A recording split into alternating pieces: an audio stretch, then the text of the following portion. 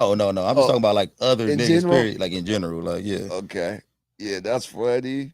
Yeah, I don't like what niggas be. But yeah, I learned that about you, that you don't like the old motherfuckers and shit. You like get that shit taken care of right away.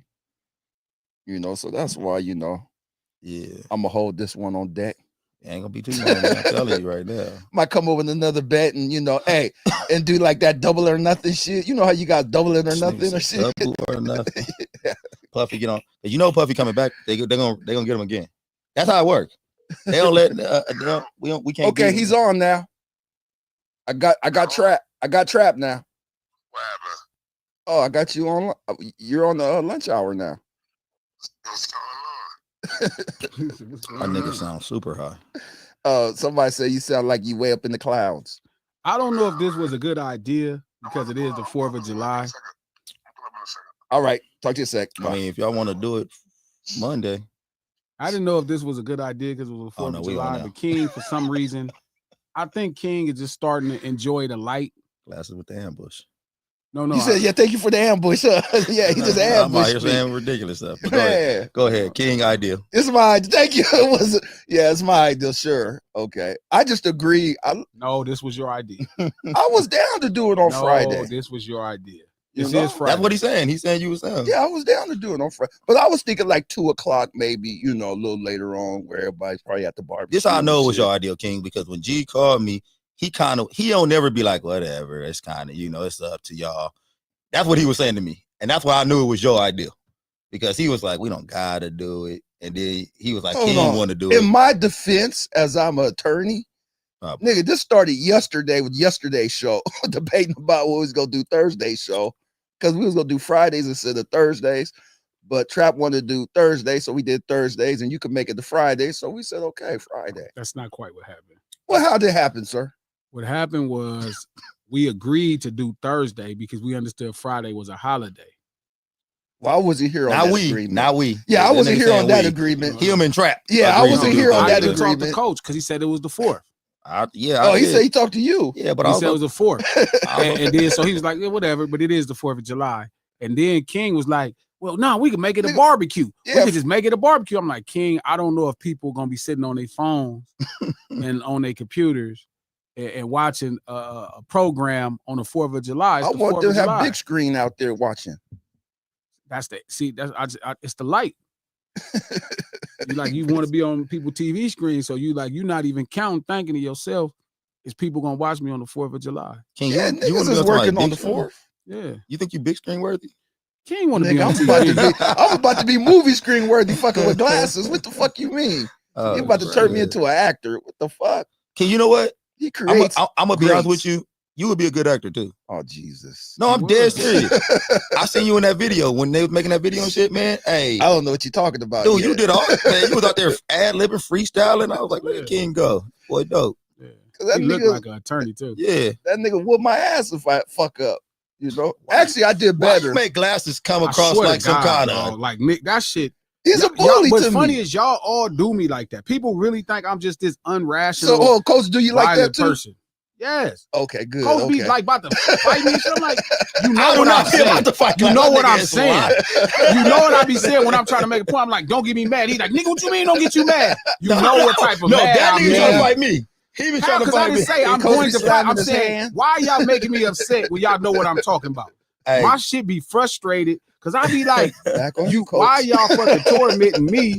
Y'all know what I be saying. Hey, back on you. This nigga glasses, I promise y'all be feeling the same way over there. Who? Because glasses be, because glasses have the way, glasses said what did he say? I'm condescending? I think he said I'm condescending. I never said that, but that I'm not mad at whoever told you that. His memory it was glasses. Yeah, his memory be going. I noticed his memory. It was glasses. It definitely wasn't glasses, but I'm not mad at the We was training. And that nigga said, you got this condescending. No. You was asking me about how you coach. Hold on, are you admitting you said this now? No. I know what he's talking about. Okay, are you admitting you said this? No, he said it to me, and I said I can understand why somebody says that. Oh, he says you know what a nigga say. I understand. You know why niggas say that. No, because we were talking about. They would say you wasn't nice to the kids. This nigga. That's how that you're not nice to the kids, Coach. Coach ain't nice to kids. I don't know what's happening. Right? Coach ain't nice to kids. It's not this nice. Don't sound good. He coaches old school. Not necessarily horribly old school, but it's like well, he kind of like a no nonsense coach. Like, come on, man, get y'all shit together type of coach. That's a good coach. I'm stern. That's a good coach. I'm stern with the players. That's an old school coach. You don't cuddle them. You don't baby them. You just. But you know what? I treat the players how I treat everybody else. That's like, true. I don't treat nobody that way. No, like, that's cool. That's a good I treat coach. everybody the same way. There's no stars. You know everybody's the same. I treat everybody the same way. I treat my personal life like that. I treat my business life like that. It is consistent. It's so consistent. You talk to Glasses like he's a kid then? No, no. He talked to everybody like they the same age. He talked to everybody 9 to 90 the same. That's what I'm saying. Like, I believe in that's what I'm saying. I believe in everybody's intellect. Like I think that everybody should, I believe everybody is smart until they show me they're not. Okay. So I talk to everybody the same way, and then sometimes I'll be a little disappointed when when they come like when they don't understand. I'm like, oh man, that's not cool. I think honestly, I feel like Glasses is the same way.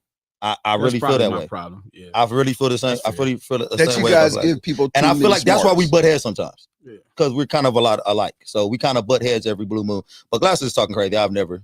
That nigga Glasses be coming at me like a hoe sometimes. Why was you condescending though? No, he was asking me. Somebody said that, and I was like, I could see how somebody says that. Why would they call you condescending, Coach? Because he kind of mock you. See, he's talking about him. Damn, he's talking about what I do to him. I can't even get his answer out of Coach. I can't even get Coach to answer. But it is only for the development of the idea.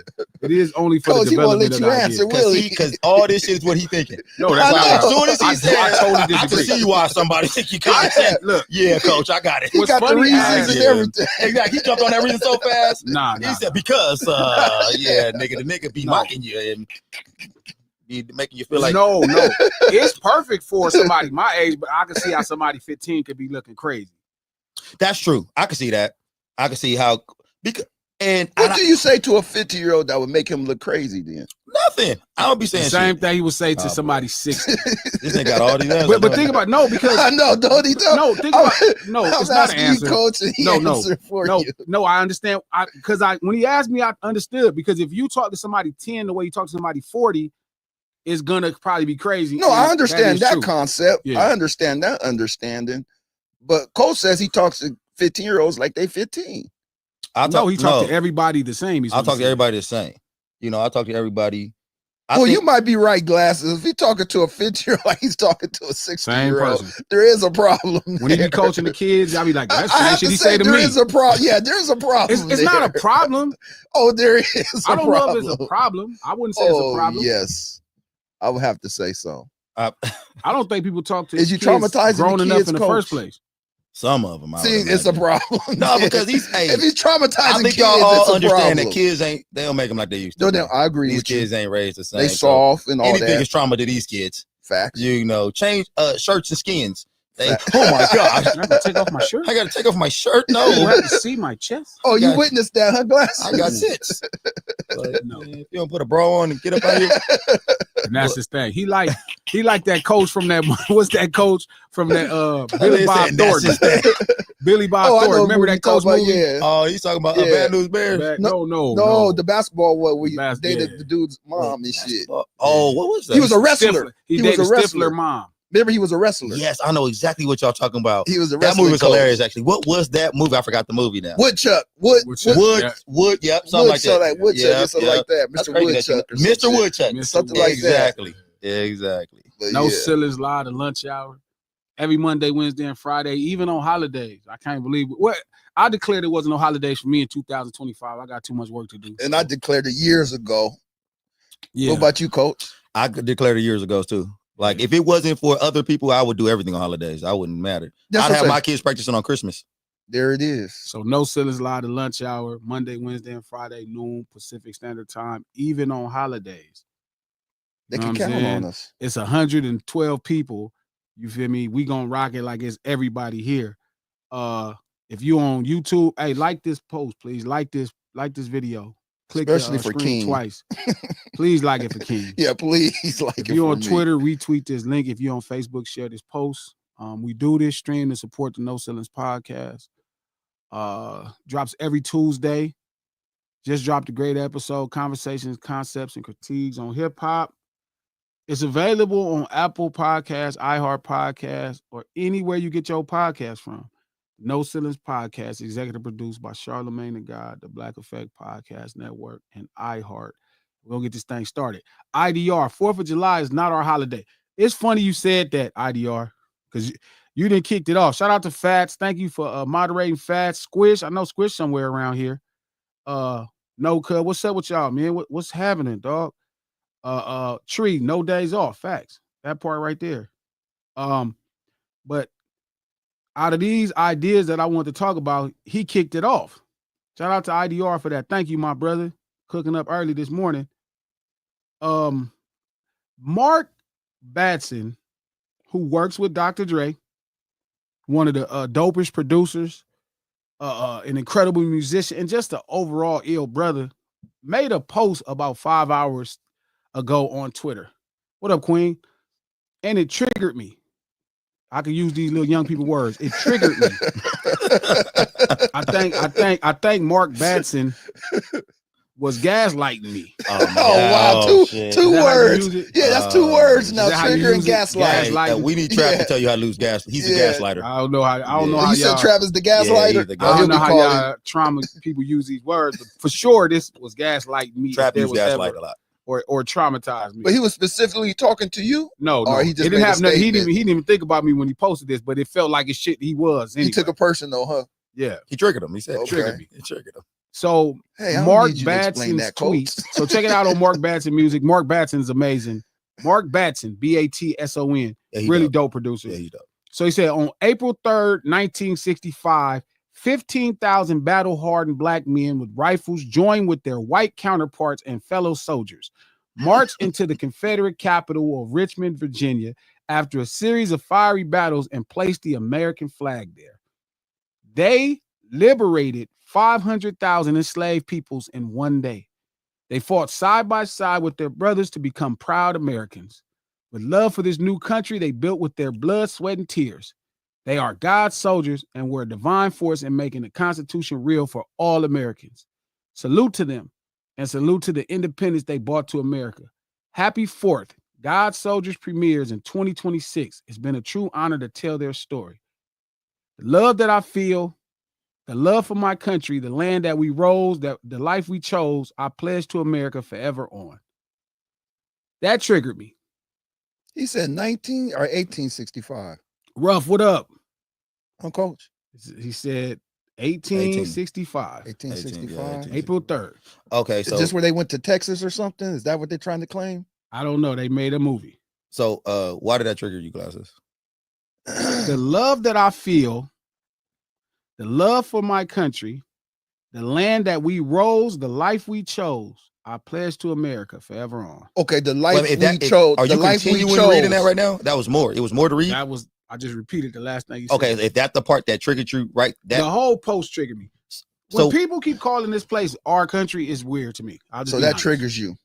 So was that the most triggering part of that? Oh, every part of it. Every part of the whole thing. What triggered you, Coach? No, he wasn't triggered. Well, I wasn't triggered. I never heard. This is my first time hearing it, And that's what I'm saying. Like, what triggered you hearing that? Because I know what triggered me hearing that. Well, I'm gonna have to agree with you on that. It was a lot of it was a lot of triggering in that post. The our country that was triggering. Ran our love for the land, our white counterparts. I didn't white counterparts. I didn't love that. That wasn't my favorite part of the article.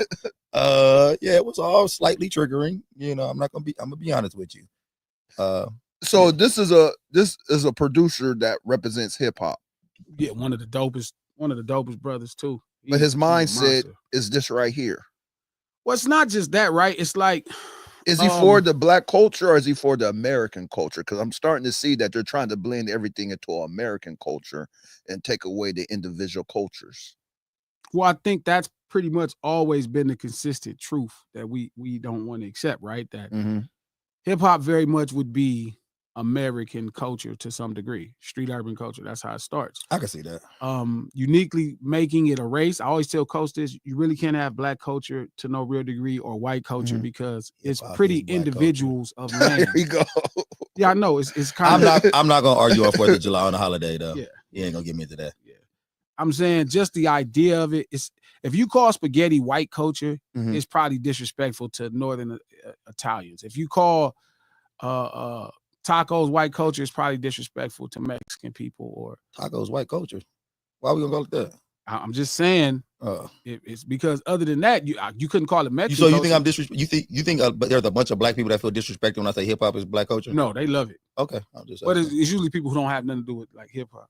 Oh, okay. Okay. All right. Here we go. No, but no, I'm saying it's like look, I do feel like black people in America need something. And they're holding on to something. They're holding on to, okay, multiple things trigger me about that post. If I'm going to truly be triggered, if that's a real thing for me. But I've noticed it lately, and I'm going to have to talk to Tariq, because Tariq going to have to explain it to me. It's just way too much our conversation when it comes to America and American decisions. I don't know how could black people feel so empowered in this country yet. I haven't figured out how do they feel so empowered. Like, everything about it makes me feel like, how do I say this? Like, we're just trying to get into equal playing field with white people in America. Like, we still haven't quite made it there. Quite made it there? Yeah, like we're still far away. But yeah, I'm saying we're further than our predecessors were, our ancestors were. But we still, like we're closer to what it's supposed to be than what it used to be. Than what it used to be. Right. Okay. But we're not there. So I don't quite get the pride about it. Okay, good. I'm glad you said that, because the pride part, that's a good way for me to jump in. Because my question is just right here. The way it seems like it's going, it's like they don't want black people to have anything that identifies them as a group. But I actually agree with that if you're going to say you're a black American. But even with who you come from and stuff, there should be something that your family, your neighborhood, your state, or something should be able to say, this is what we do. This is how we do it as a group. I agree. Like, you shouldn't be able to say, well, you do that as a group, but we're going to say everybody could do it as a group. I think Mexican Americans still identify. You know what I'm saying? I think they're trying to take away everything from even the individuality of people, from individual to streets to cities to things like that. And I don't think that's right to say, like you say, Coach, if hip hop was a black culture thing, then they shouldn't be trying to make it a white culture thing. But let me ask y'all this. If you did something horrific to another individual, wouldn't you want them to just forget about what happened back then and then start blending in, assimilating with your culture, with America, forget about the past and just start assimilating with America? How you just forget about the past? I'm saying that's what they're trying to do. Oh, that's what they want. Yeah, they're trying to wipe away the past. They want us to blend in with them. Now we want to be Americans. Forget about that other shit. Yeah, they're trying to wipe away the past. Wipe away the past and let's assimilate with America. But they're trying to wipe away the black past. They're not trying to wipe away the Holocaust. Of course. They're not trying to wipe away all that stuff. People got to understand that's not American. Holocaust is not America. That didn't happen in America. This is American history that they're trying to wipe around. That's their history. The tragedies of America history. Exactly. Okay. Shout out to Tex. We in 2025 need to get out of this victim mentality. July 4th is our holiday. Oh shit. That triggered the whole show. I know. Hey, Hold on, let me get my water. You're not sitting behind glasses. I've seen his shoulders tense up and shit. No, that triggered. Nigga, shoulders tense up like, God damn. What? Is our holiday. Tell them to explain that. Tell Tax to I blame you, King. I'm mad at you now. I'm good. Because you got us here today for this shit. We got niggas talking, saying this nonsense. You like the lunch hour? Let's ride. See what Tax talking about. Glasses, please. He just can't say some bullshit like that. I mean, I think a lot of black people in America, genuinely, not a lot. There's a really huge number of black, like Ruffian TV. Shout out to Ruff. And Ruff, me and Ruff have a lot of the same understanding. He's saying, y'all tripping. This is our country. See, here's where I get mad at. They taking the July 4th that was supposed to be independence from fucking England and all that and go try to make it like it was our independence. Get the fuck out of here. I don't know why niggas just can't barbecue and shut the fuck up. Yeah. Like, dude, just eat your barbecue and shut the fuck up. Like, it don't have to be our dude.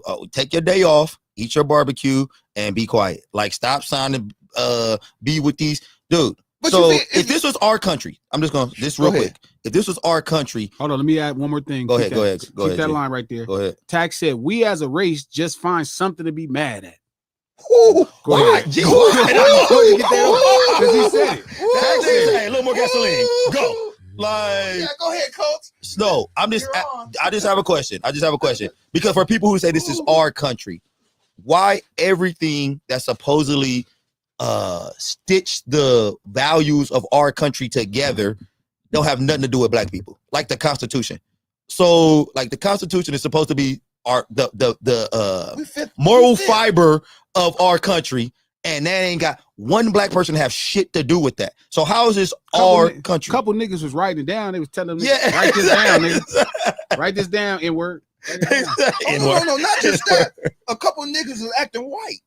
You know, white. I would G with a couple of us. They probably made us write a couple of the shits. You know, shout out to Tax. He said we got a day off and we barbecue with family, and we as a race just mad.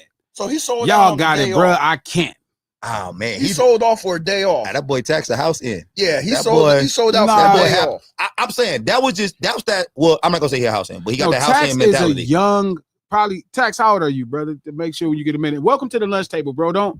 You cooking, bro. Don't worry. We eating the food, even if we don't agree with the flavor profile, boy. That's the point of we eating that Coach Will food, apparently. Yeah, you know what I'm saying? That's why we at this table right now. You feel me? So see, he's making that stove top. No, we're gonna get him correct though. We go correct him. Tax is 35 years old. Oh well, wow. Kind of older. Yeah. Look at glasses. Wow. Shots. Yeah. Look at these because he was born in 90. Let me fix my glasses. No, it's like, okay, Tax. Go ahead. I'll try to explain it like this, bro. The treatment of black people in this country since its inception is something to be upset with for a very long time.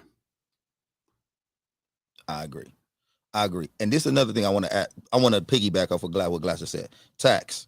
If somebody smacked your mama 3 months ago, 4 months ago, 7 years ago, he gonna tell mom. You ain't gonna. No, he ain't gonna never turn the other cheek. He gonna tell mom, turn the other cheek. Hey, I know you slapped my mom last week, but it's a new day.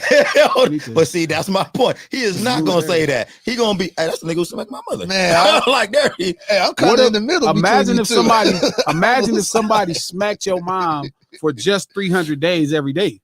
Man, boy. Right, 300. Boy. 300 days. Okay, let's say she punched your mother for 250 days straight, and then for 150 days after, she slapped your mother. And then now for the last 30 days, all that person did was push your moms. You're gonna be like, you know what? See, we need to turn the other cheek. Why are you still mad? You're not getting punched. Mom, it's only slapped. a push. Yeah. It's only a push, Mom. Tax, no, you're not right. He said, y'all wow. No, I said, think about it. Tax, he said, y'all wow. Shout out to Fats. Fats says, you got to get over the slavery shit and be grateful for what you got today. Wait, who said that? Wow. Fats said Fats, that. not you. Wow. Fats. He said the slavery days like it's still not going on. Fats, not you, Fats. Please, not Fats. Why are y'all mad? I think you need to teach them the different levels of slavery from, physical to mental to economical and all that kind of stuff. I don't think they understand how it works. You know what? I don't. These niggas said we got our sweet baby raised today. Yep, and we don't give a fuck. They don't understand class. God bless America. Slavery. God bless it's our country.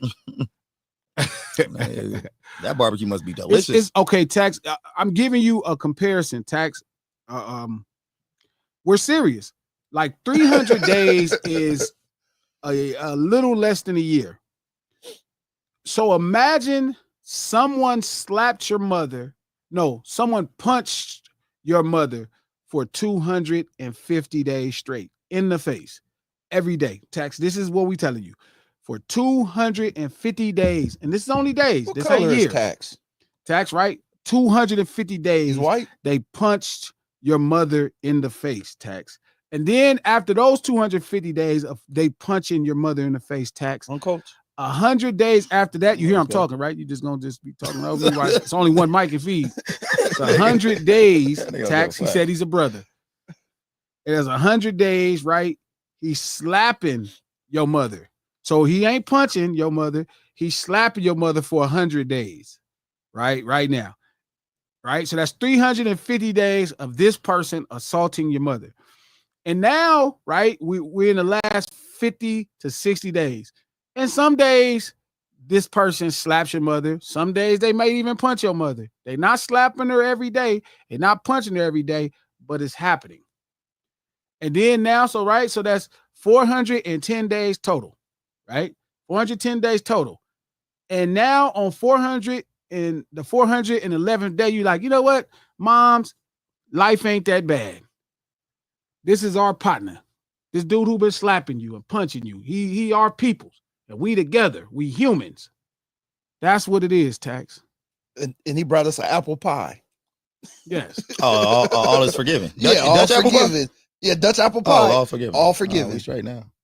Shout out to Moses. He said, nah, G, this Beyonce concert here tonight, and I ain't never seen this many women in cowboy boots and American flags. Not mad at that. I understand the cosplay.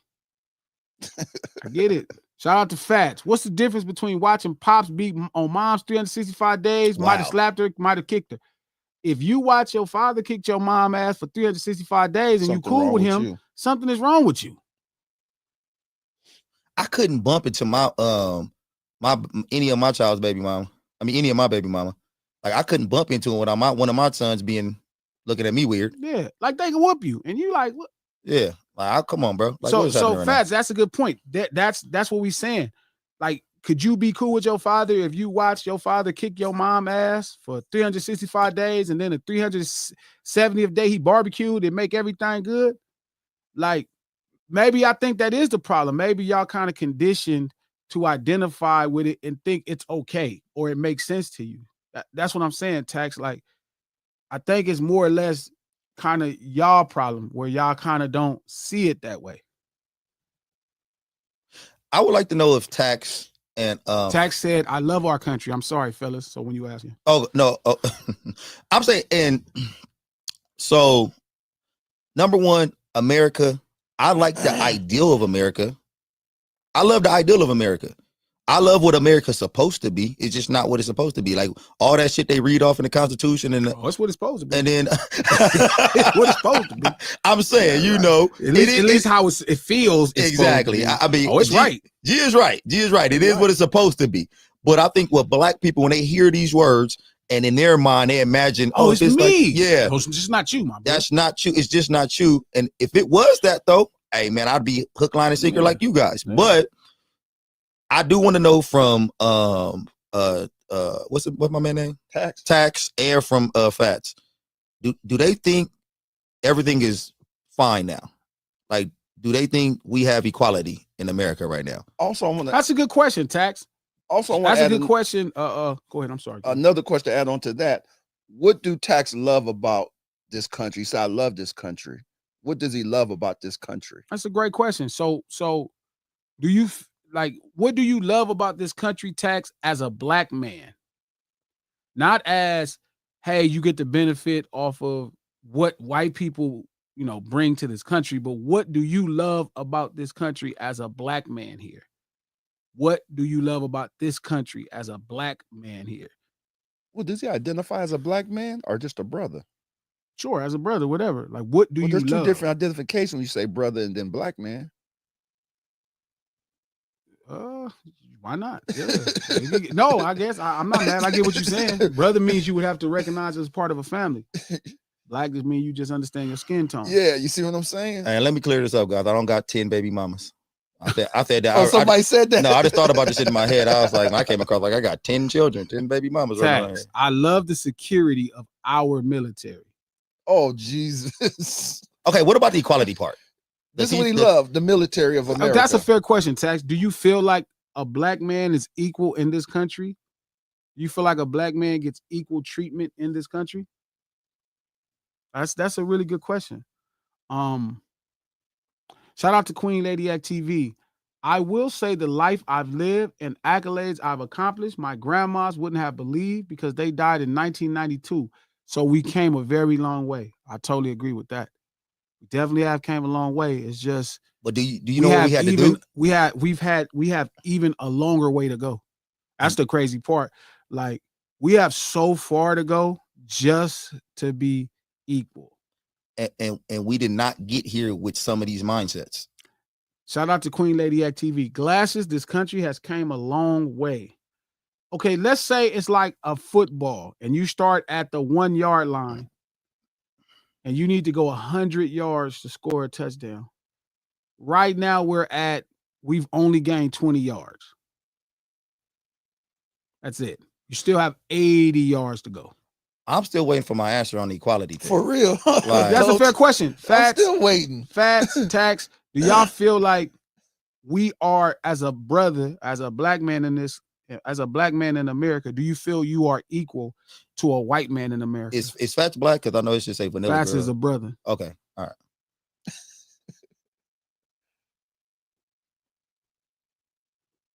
Shout out to Mario Paulo.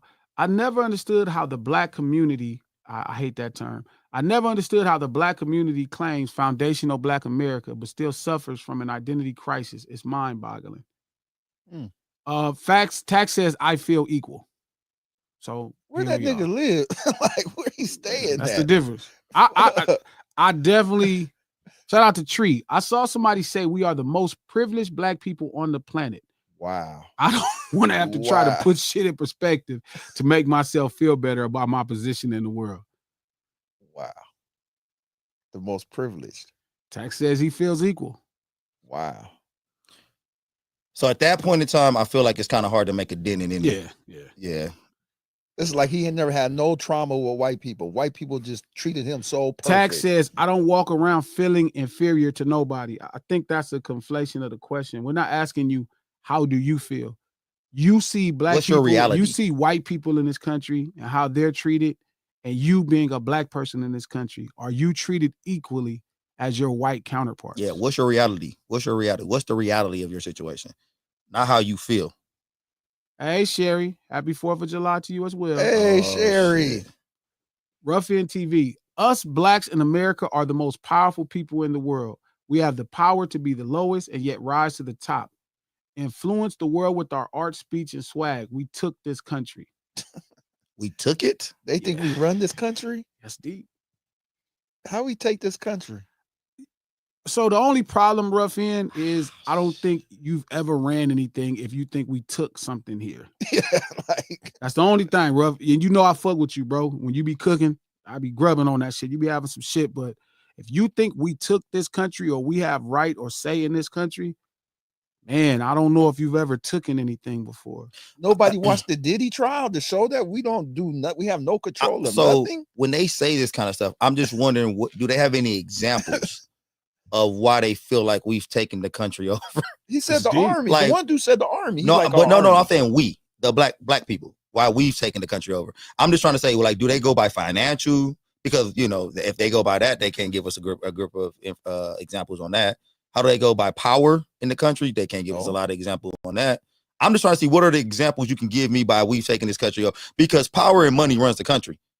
And I'm trying to see, where do they see the black people got the most power or the most money in America? I'm just trying to figure that. Give me some examples. Make it make sense. Again, this is a really.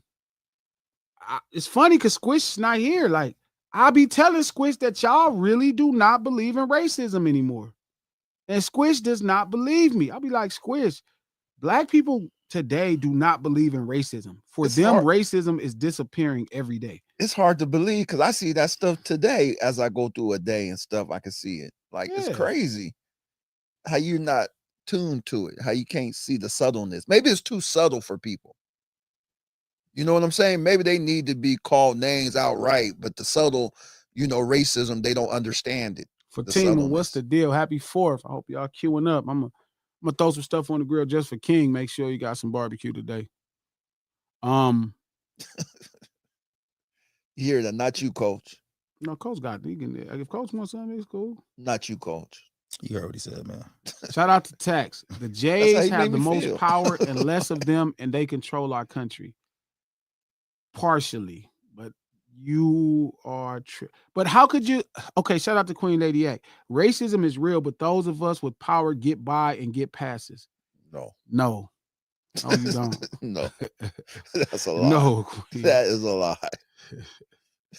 Shout out to Sherry. Y'all are so anti-black. What's wrong with y'all? Travel outside of California.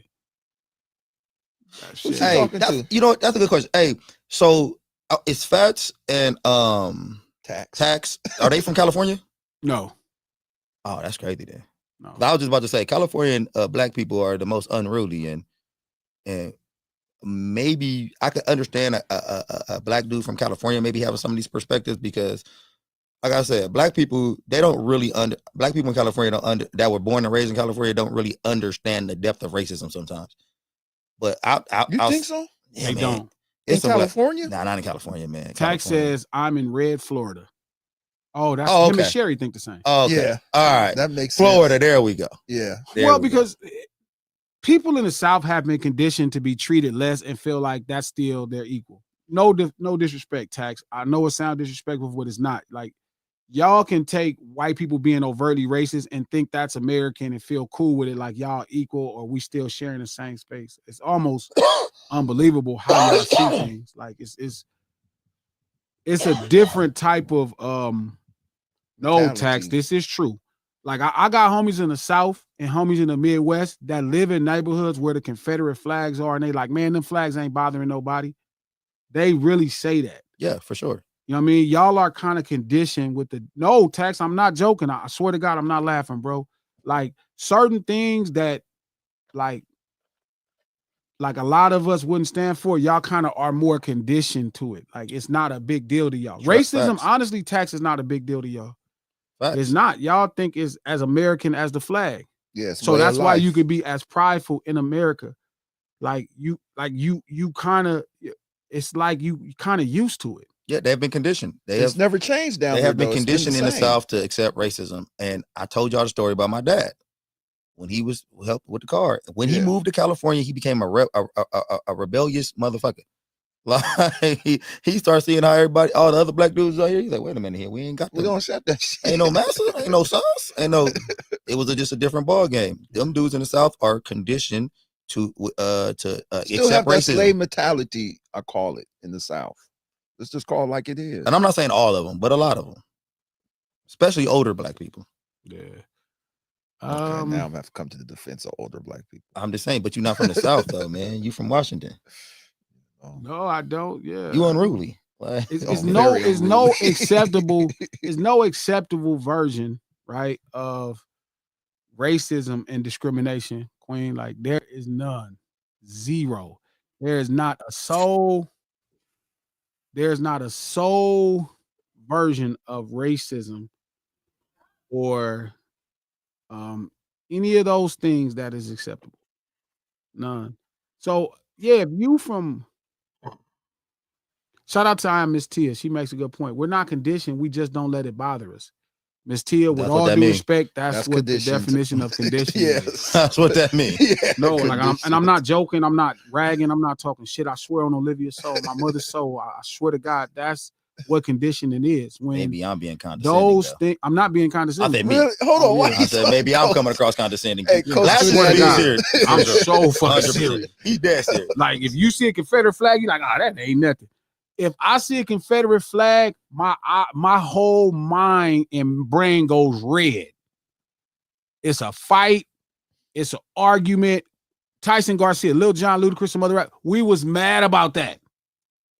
We were so upset at rappers wearing that Confederate flags. It was a huge conversation out here. We was like, what in the Sam hell is you niggas doing? I was confused when I went to Mississippi, dude. I was like, what is happening? About? I was confused on their affinity with the Confederate flag. Oh, yeah. I was confused on black people's affinity with the Confederate flag. I was confused. Yeah, they have it down there. I felt like I was in the Twilight Zone. I said, what the fuck is going on? So we good with this? Shout out to Ruffian TV. We are the only people that were brought here unwillingly the fact that you say we are the only people brought here unwillingly, just oh my It's God, not it's true. just. I mean that it's not about it's not true.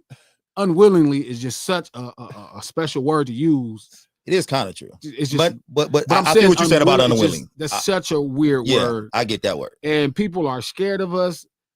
No, people in this country look down on us because we were brought here unwillingly. Oh, I see what you're saying now. Instead of the real truth taken and stuff like that, they want to use a soft word. Like, yeah, we were stolen. This was more kidnapped than what anything did. Yeah. Shout out to Sherry. That's how black people here look at y'all with gang flags. Sherry, if you look at a blue or red bandana the way you see a Confederate flag, the hell that Satan has available for you is uncanny. When Pastor said Sherry in the comments, Sherry there got both barrels out. Yeah, I love when she come in the comments. Sherry, can you hear us? Sherry, if you see a blue or red bandana flag, you are the greatest sellout in the history of America. Get where she came from.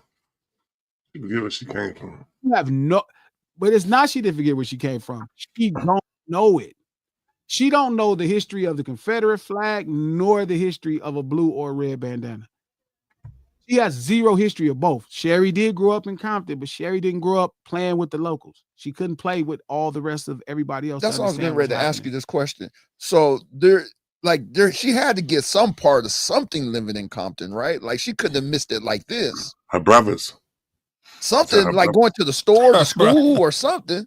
She said, "I've never seen anyone die because of the Confederate flag." What the I've seen hell? What the hell? What the hell? Sherry, what's going on? What the hell, Barry? No, Sherry. Okay, so she's trying to be literal right now. Really trying to be literal. Okay, so this is for sure. Sherry's an educated woman. Like Sherry, is she's trolling? No, she's an educated woman. That's why I know she's trolling. What the hell, Barry? Because Sherry is smart. Anytime I hear her talk, she makes great points. I don't agree with every one of them, but Sherry is a very educated woman. She's a very intelligent woman. She's trolling now. Sherry is the female Charleston White. She don't really ever make great points, and I know that's gonna sound crazy. She makes how about them the motherfuckers who be having that shit on their truck pulling while they killing black men with the shit while they waving around that flag though. You know what I'm saying? I don't even want to get into the fact she said she never saw anybody die over the Confederate flag. She talking about they died with her own eyes. Maybe she had to. That's what she's talking about. Yeah, maybe she's not just there with her specs on and watching them somehow though. But she know many of blood. You rolling, you're not trolling. You rolling. That's what I say. Tree says, laughing out loud. Staying in the house leaves you inept, and that's Sherry. Sherry she didn't really play outside like.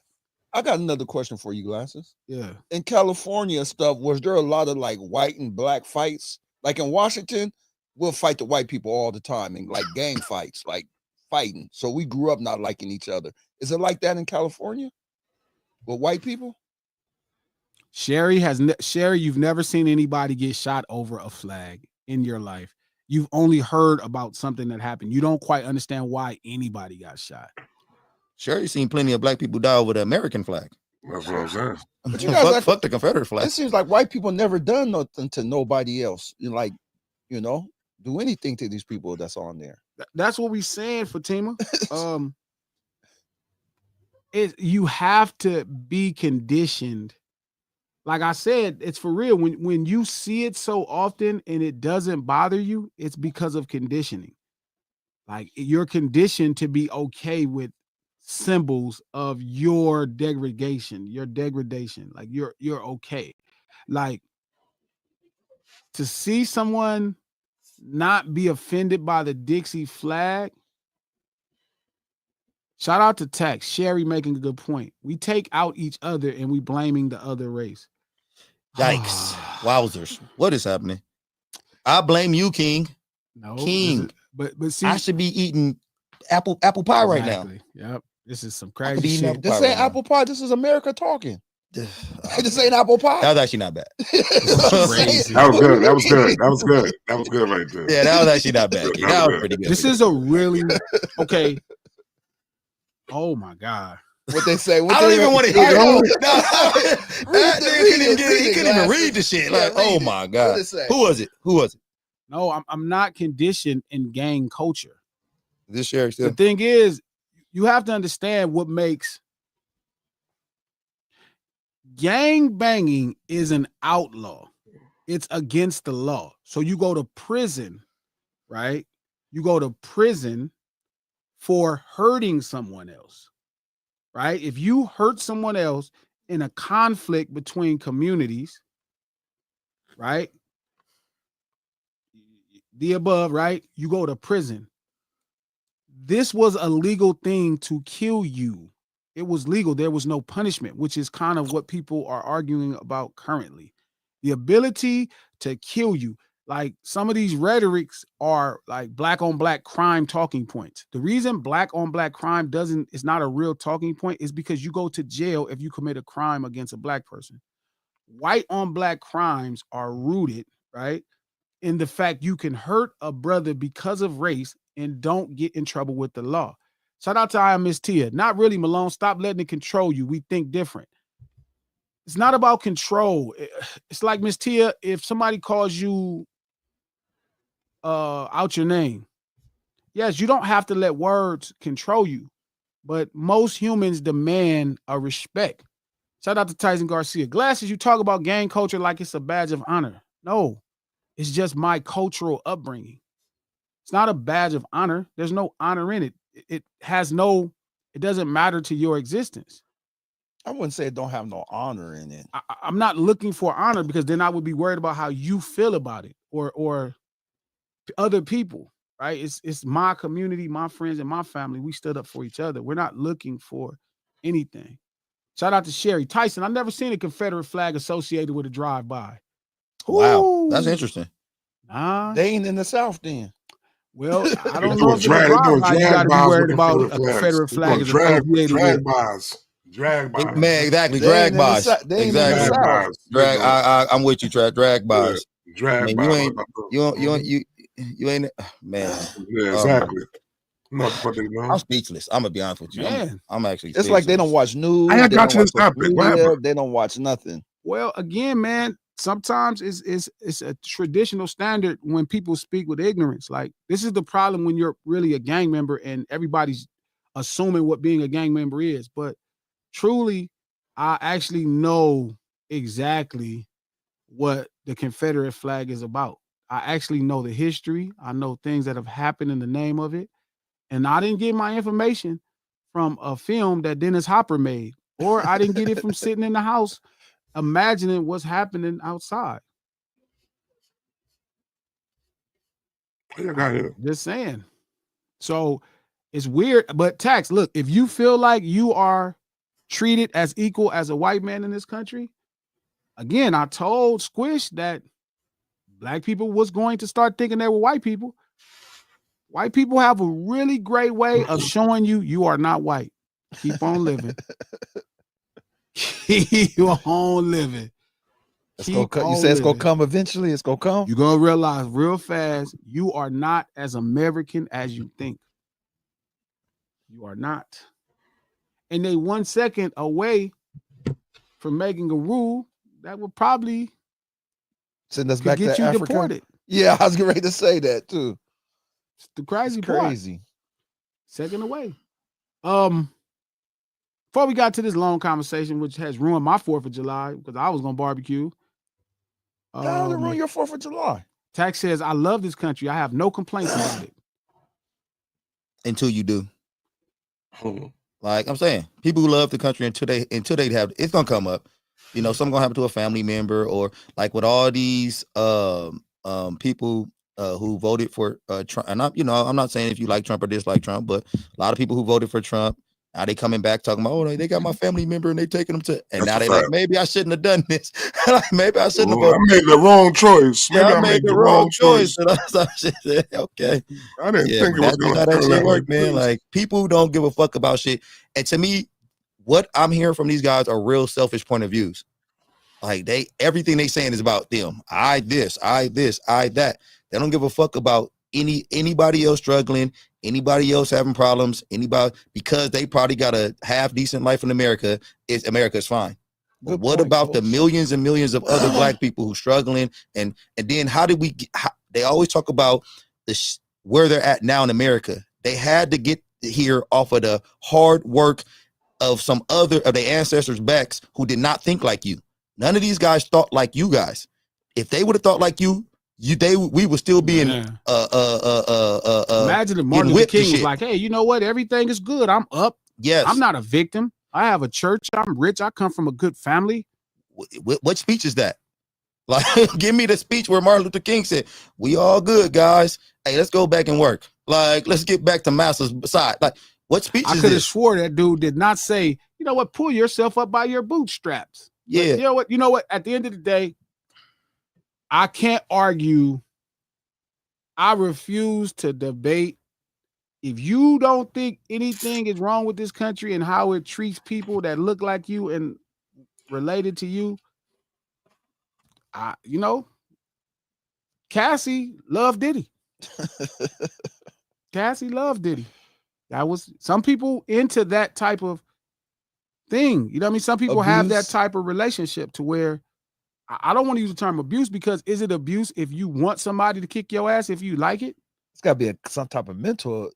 No, something wrong. It's like mentally. Boxers. It's like some people like fighting. Like they're. I don't care how successful I am as a person, how successful my family member is, or any of that. As long as there's inconsistencies in the laws, in the way we're being treated in America, I'm not going to be fine with that. Yeah, I understand what y'all. I'm happy that y'all feel like y'all have finally caught white people in this country and you'll be treated equal. But let these words haunt you in those moments when you realize you are a Negro. You are not a white person and you are not really an American. Let these words haunt you, Sherry, the day it needs to happen, because it's going to happen. You're not going to live all your years of life thinking you're a white person in America. It's going to happen in Florida. Dude, look at what's my Candace Owens. Hey, watch your mouth. I'm just saying, man, her tune is changing a lot, guys. She ain't the same Candace Owens of 5 or 6, 7 years ago. Shit's starting to happen to her. She's starting to look. Hey, wait a minute, hold up. Got a little different takes on. No different. See what she thinks about Trump now than what she thought about him 5 years ago. That shit is changing a little bit. They start firing her black ass, start getting her to fuck up out of those positions and shit. She was like, wait a minute, I'm not white. Okay, enough, coach. I'm just saying. Candace Owens is not fucking you, bro. Like she ain't giving you nothing, man. Her husband is white, bro. I mean, I know everything about Candace. She ain't fucking with no brothers. And the dog, I'm like, King is too dark. You know? you need to let your tan. Yeah, you need to get that Michael Jackson. She just said she changing. Hey, you might. Hey, I can't. No, seriously, I would like to see her in glasses on the podcast. Those two. I would not talk to her. She would. I'm gonna be honest with you, man. She's probably gonna agree with glasses more than that's what I think. I think they'll because agree some of that more. shit's changing. Now, don't get me wrong. I'm not no big Candace Owens fan, but I think they'll get along more and understand. But I think she is starting to change a couple of her thoughts on some shit. Thank you. Hold up here. I'm cool. I see that too. That's why I said I think waste my time talking to that lady. I'm not gonna let nobody do nothing to her, but I'm not talking to her. See, he don't understand. She's kind of talking like he talking. You know? The point is, man, when you don't understand what being black is, we already gonna have immediately an issue. Mm-hmm. Like people don't understand this. Like gangbangers know what being black is, even though they fight amongst each other and hurt each other. They still all understand what being black is. Let something happen. We might fight amongst each other, but I promise you this: we'll burn this bitch down. You get us pissed. Facts. I guess a fight that's fair. I mean, it's different.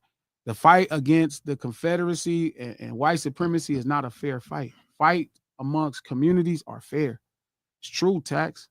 But look, I don't want to. If you feel you have the same play as white people in America, we already are going to.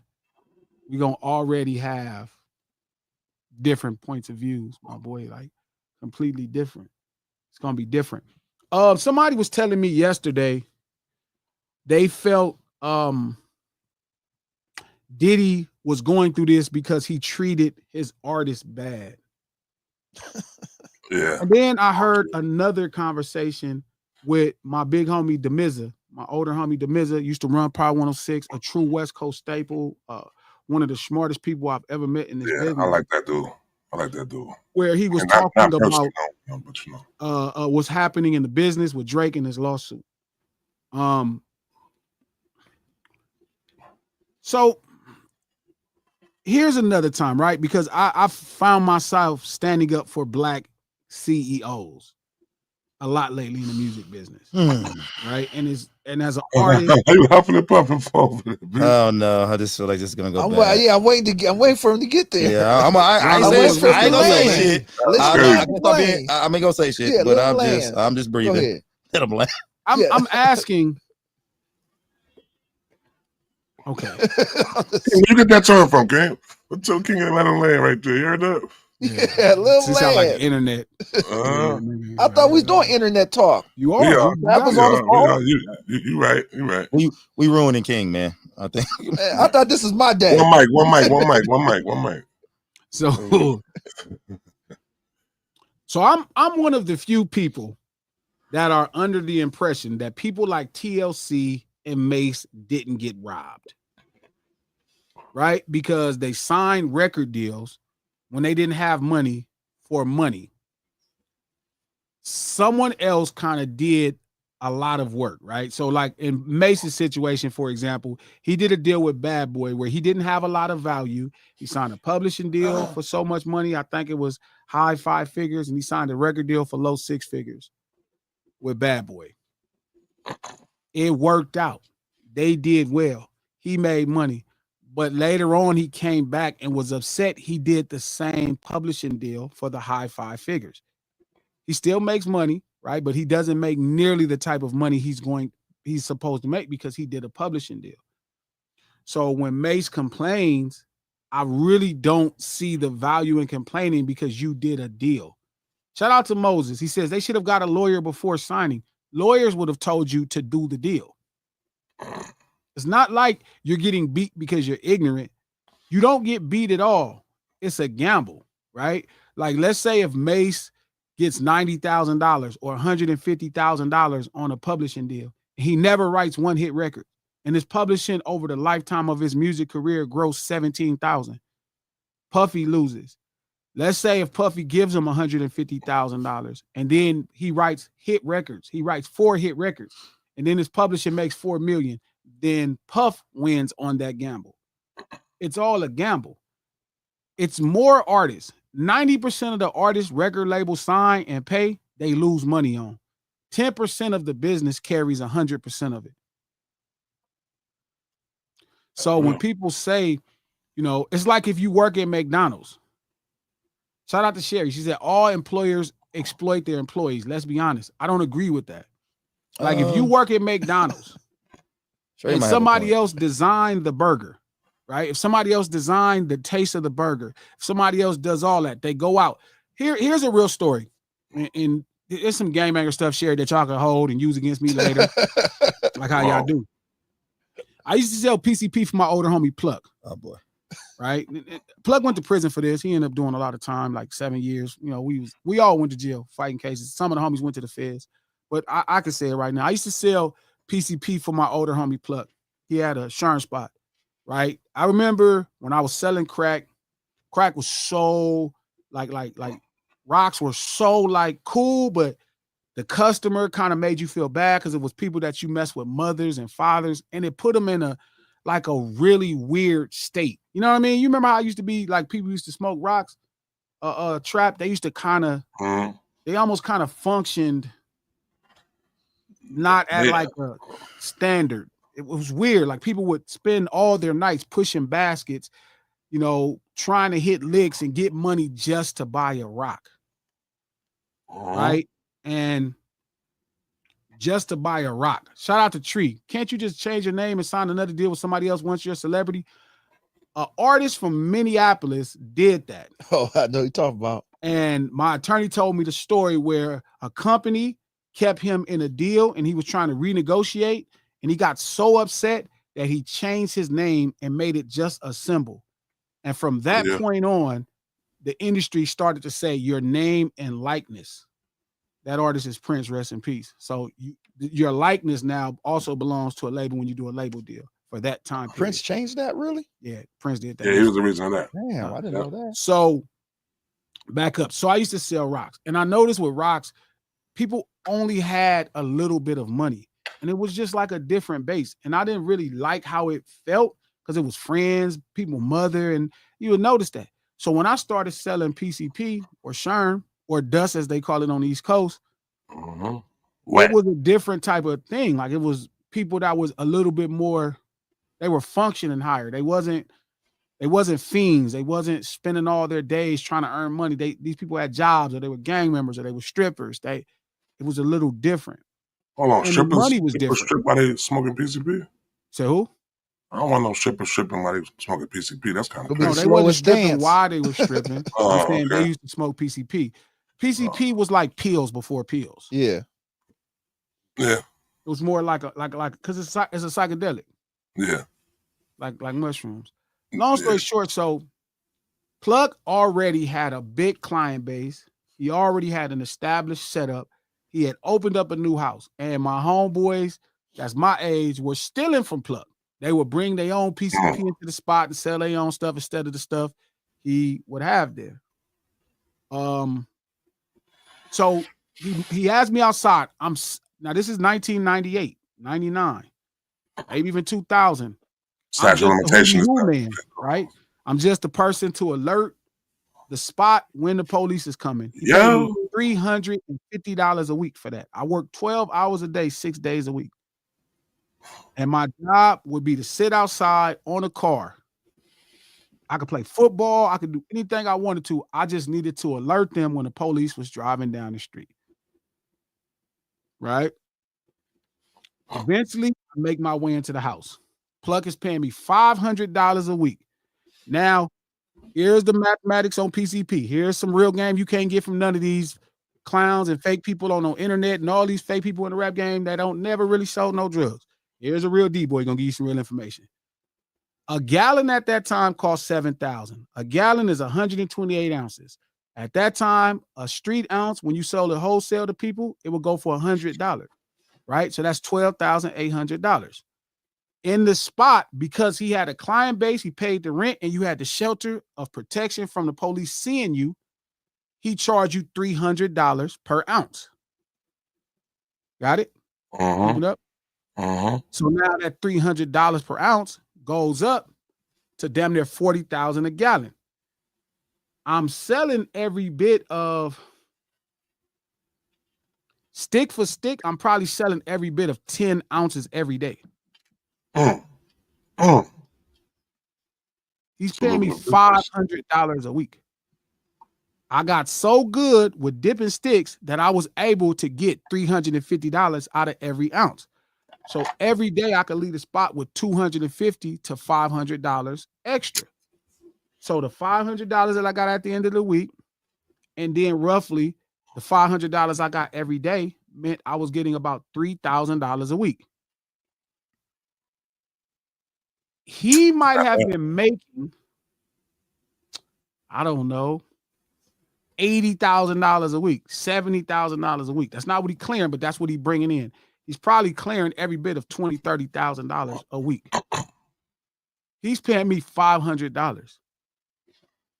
I never complained because mathematically speaking, I understood who was taking all the risks, who had the client base, who had to market the business, who had to create the product. I never complained. So I look at a lot of rappers when they do deals like a TLC, right? A TLC, when somebody's writing all your songs, when somebody's producing all your songs, when somebody's buying all your clothes, when somebody's paying for all the promotion, all you have to do is come in and just be yourself and fit this mold. Let me ask you a question, because you're way more educated on this than I am in the music industry. You know, I am a person who have to do deals and sign contracts with the state and with the county. Mm-hmm. But when it comes to the music industry, that's not, I don't know anything about any deals there. But do you have to pay that money back eventually? It's an advance. Yes. So it's like, shout out to Tyson Garcia. I'm offended by the Confederate flag, but selling PCP to people. If you don't understand that those two things are completely different, it's just disingenuous and lazy, or you're not as intelligent as I'm giving you the credit for sitting here. If you don't understand the difference with those two concepts, if you feel like just the ending result is the answer versus what's happening to get people there, you know what I mean? Then I really can't have this conversation because that's way too basic for me to have to explain to you the difference between selling drugs and what the Confederate flag represents. That's just Tyson is just disingenuous, and it's like you just galvanizing people who don't have any true understanding of what's happening. So I can't fuck with that. So that's the point I was saying about the situation with, let's say, Drake, where he said Drake got paid $400 million for an advance on 4 albums. Right? $400 million. Okay. His cut couldn't be no more than 25%. That means over 4 albums, he would have to generate $1.6 billion to recoup off music in a time when music is at its all-time lowest, even for the most successful artists. It's not realistic.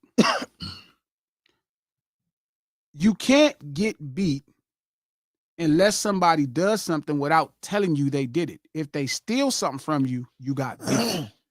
If they wait till you turn your back and take something from you, you got beat. If you sign a contract because of, if you feel like I need this $100 right now, Cash App right now is giving, if you use Cash App, they're offering loans. I seen that. They offered me a $2,000 loan for $150. Really? $2,000? $2,000. They offered me like $150 loan. Well, you know. Right? They offered me a $2,000 loan for $150. Right? And it's like, if I take it, I owe them $150. I can't later complain and say, hey, this $150 wasn't worth this $2,000. I have to agree to it. I don't have to use it. Now, don't get me wrong. There are some loan things that we talk about where they target certain poor people, right? Predatory lending. That's a practice. But it's not about robbery. Like, artists are not getting robbed. Artists are not getting robbed. Like, I think what at times people would think that is they do kind of go, they don't go to the person that's already having money and already established. They're going to the person that, you know what I'm saying, that's not built up, you know what I'm saying, and they like a lot of time they go into like poor black people and they're gonna throw some, you know what I'm saying, throw some money in front of you because they know that you are in a desperate need of getting money. So they're gonna lowball you at first though. But the thing about the whole contract is that once you come through and you show that you did, you know what I'm saying, you did good on, you can always renegotiate your contract though. You know what I'm saying? So you don't stay in the same bucket the whole time, I feel like. Hey, and then what about the fact of knowing that somebody's not educated on the situation? That's what I'm saying. That's what I was trying to say. Then, yeah. And then, like, do you feel some kind of burden to maybe tell somebody what they're exactly getting into? If you know they're uneducated in this situation, they don't understand and they need the money. Okay, so it's like, before you answer that, Glass, I got questions because you might answer that with this question. Sure. Is there a fair contract? No.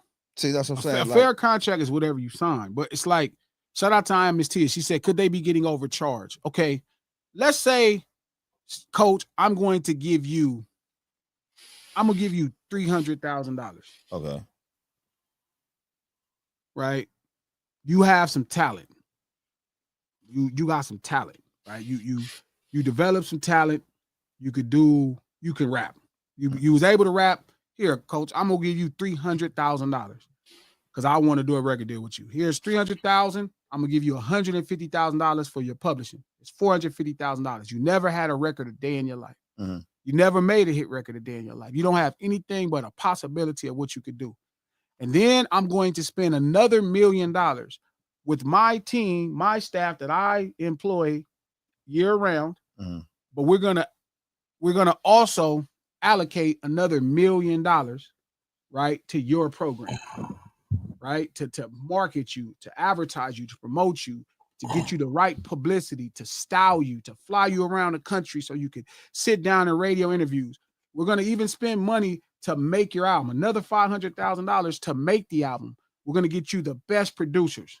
We're gonna get you the best help with writing songs. We're gonna make sure you have great songs. So now we're $2 million in. You didn't spend 1 red cent. How much should you get per dollar that comes in? What's fair? I mean, that's a good question. But like I asked earlier, they're gonna do all that for you, and then you eventually have to pay them back, right? Sure, but I'm saying, what's a fair split of the money? Every dollar that comes in, somebody spent $2 million. So let me ask you this: the money that does come in, do they take the money out that you owe them, and then give you? Recoup. Do they recoup their money? I'm saying, what do you deserve? What's a fair split of every dollar that comes in? 30, 70, 40, 60. What?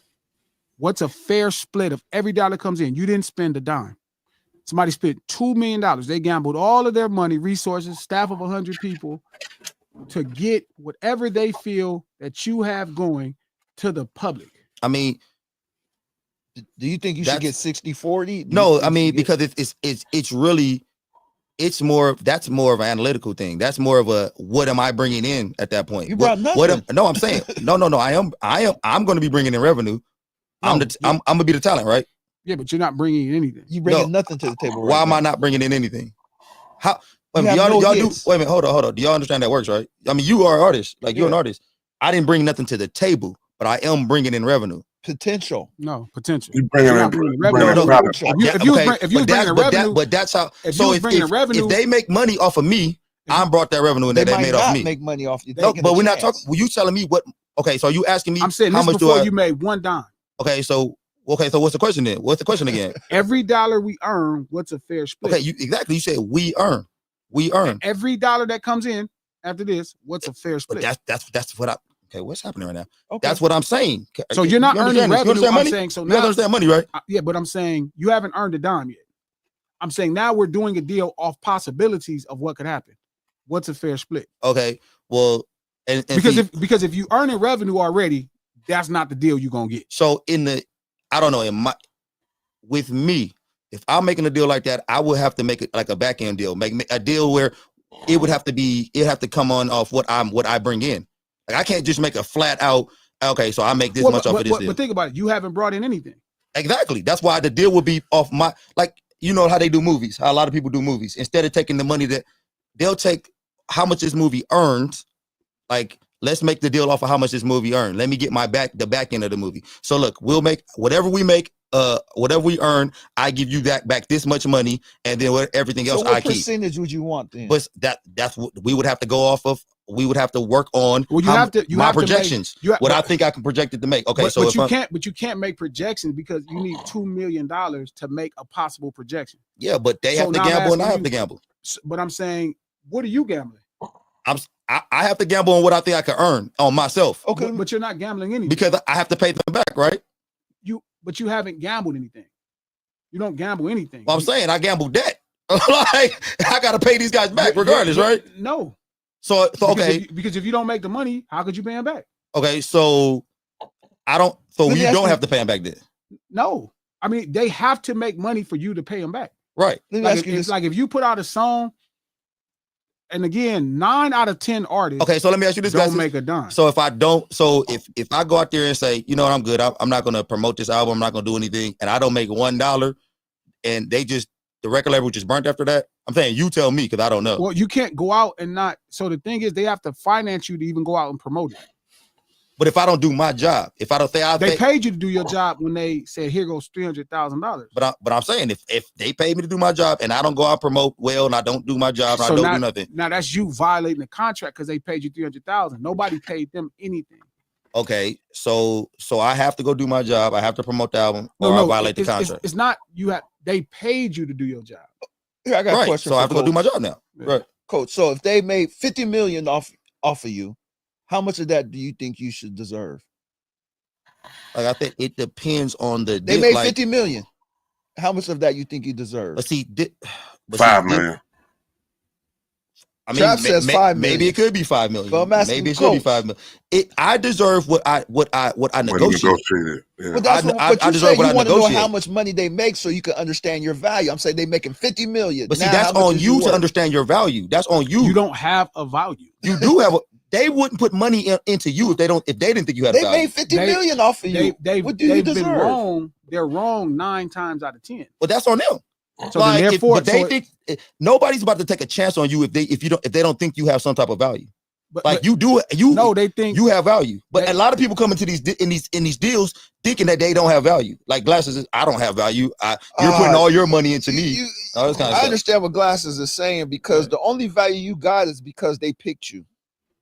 That's what the fuck are you talking about? That don't even make sense. No, that's nothing. Your only that don't value make sense. you got because they that don't could have make went. sense. Listen, coach. That They could have went to somebody else instead of you. I'm gonna tell you, sound like as fucked up as it sounds, he's right because I'm telling you. I'm gonna tell you why it's not. Because then you would be generating revenue already. And if you're generating revenue already, you can demand. That doesn't even make sense. Yeah. Y'all not making sense. That doesn't, because they picked you. Wow. Okay, so you got to be invited into this industry. Okay, so number one, guys, business is business. I do business every fucking day.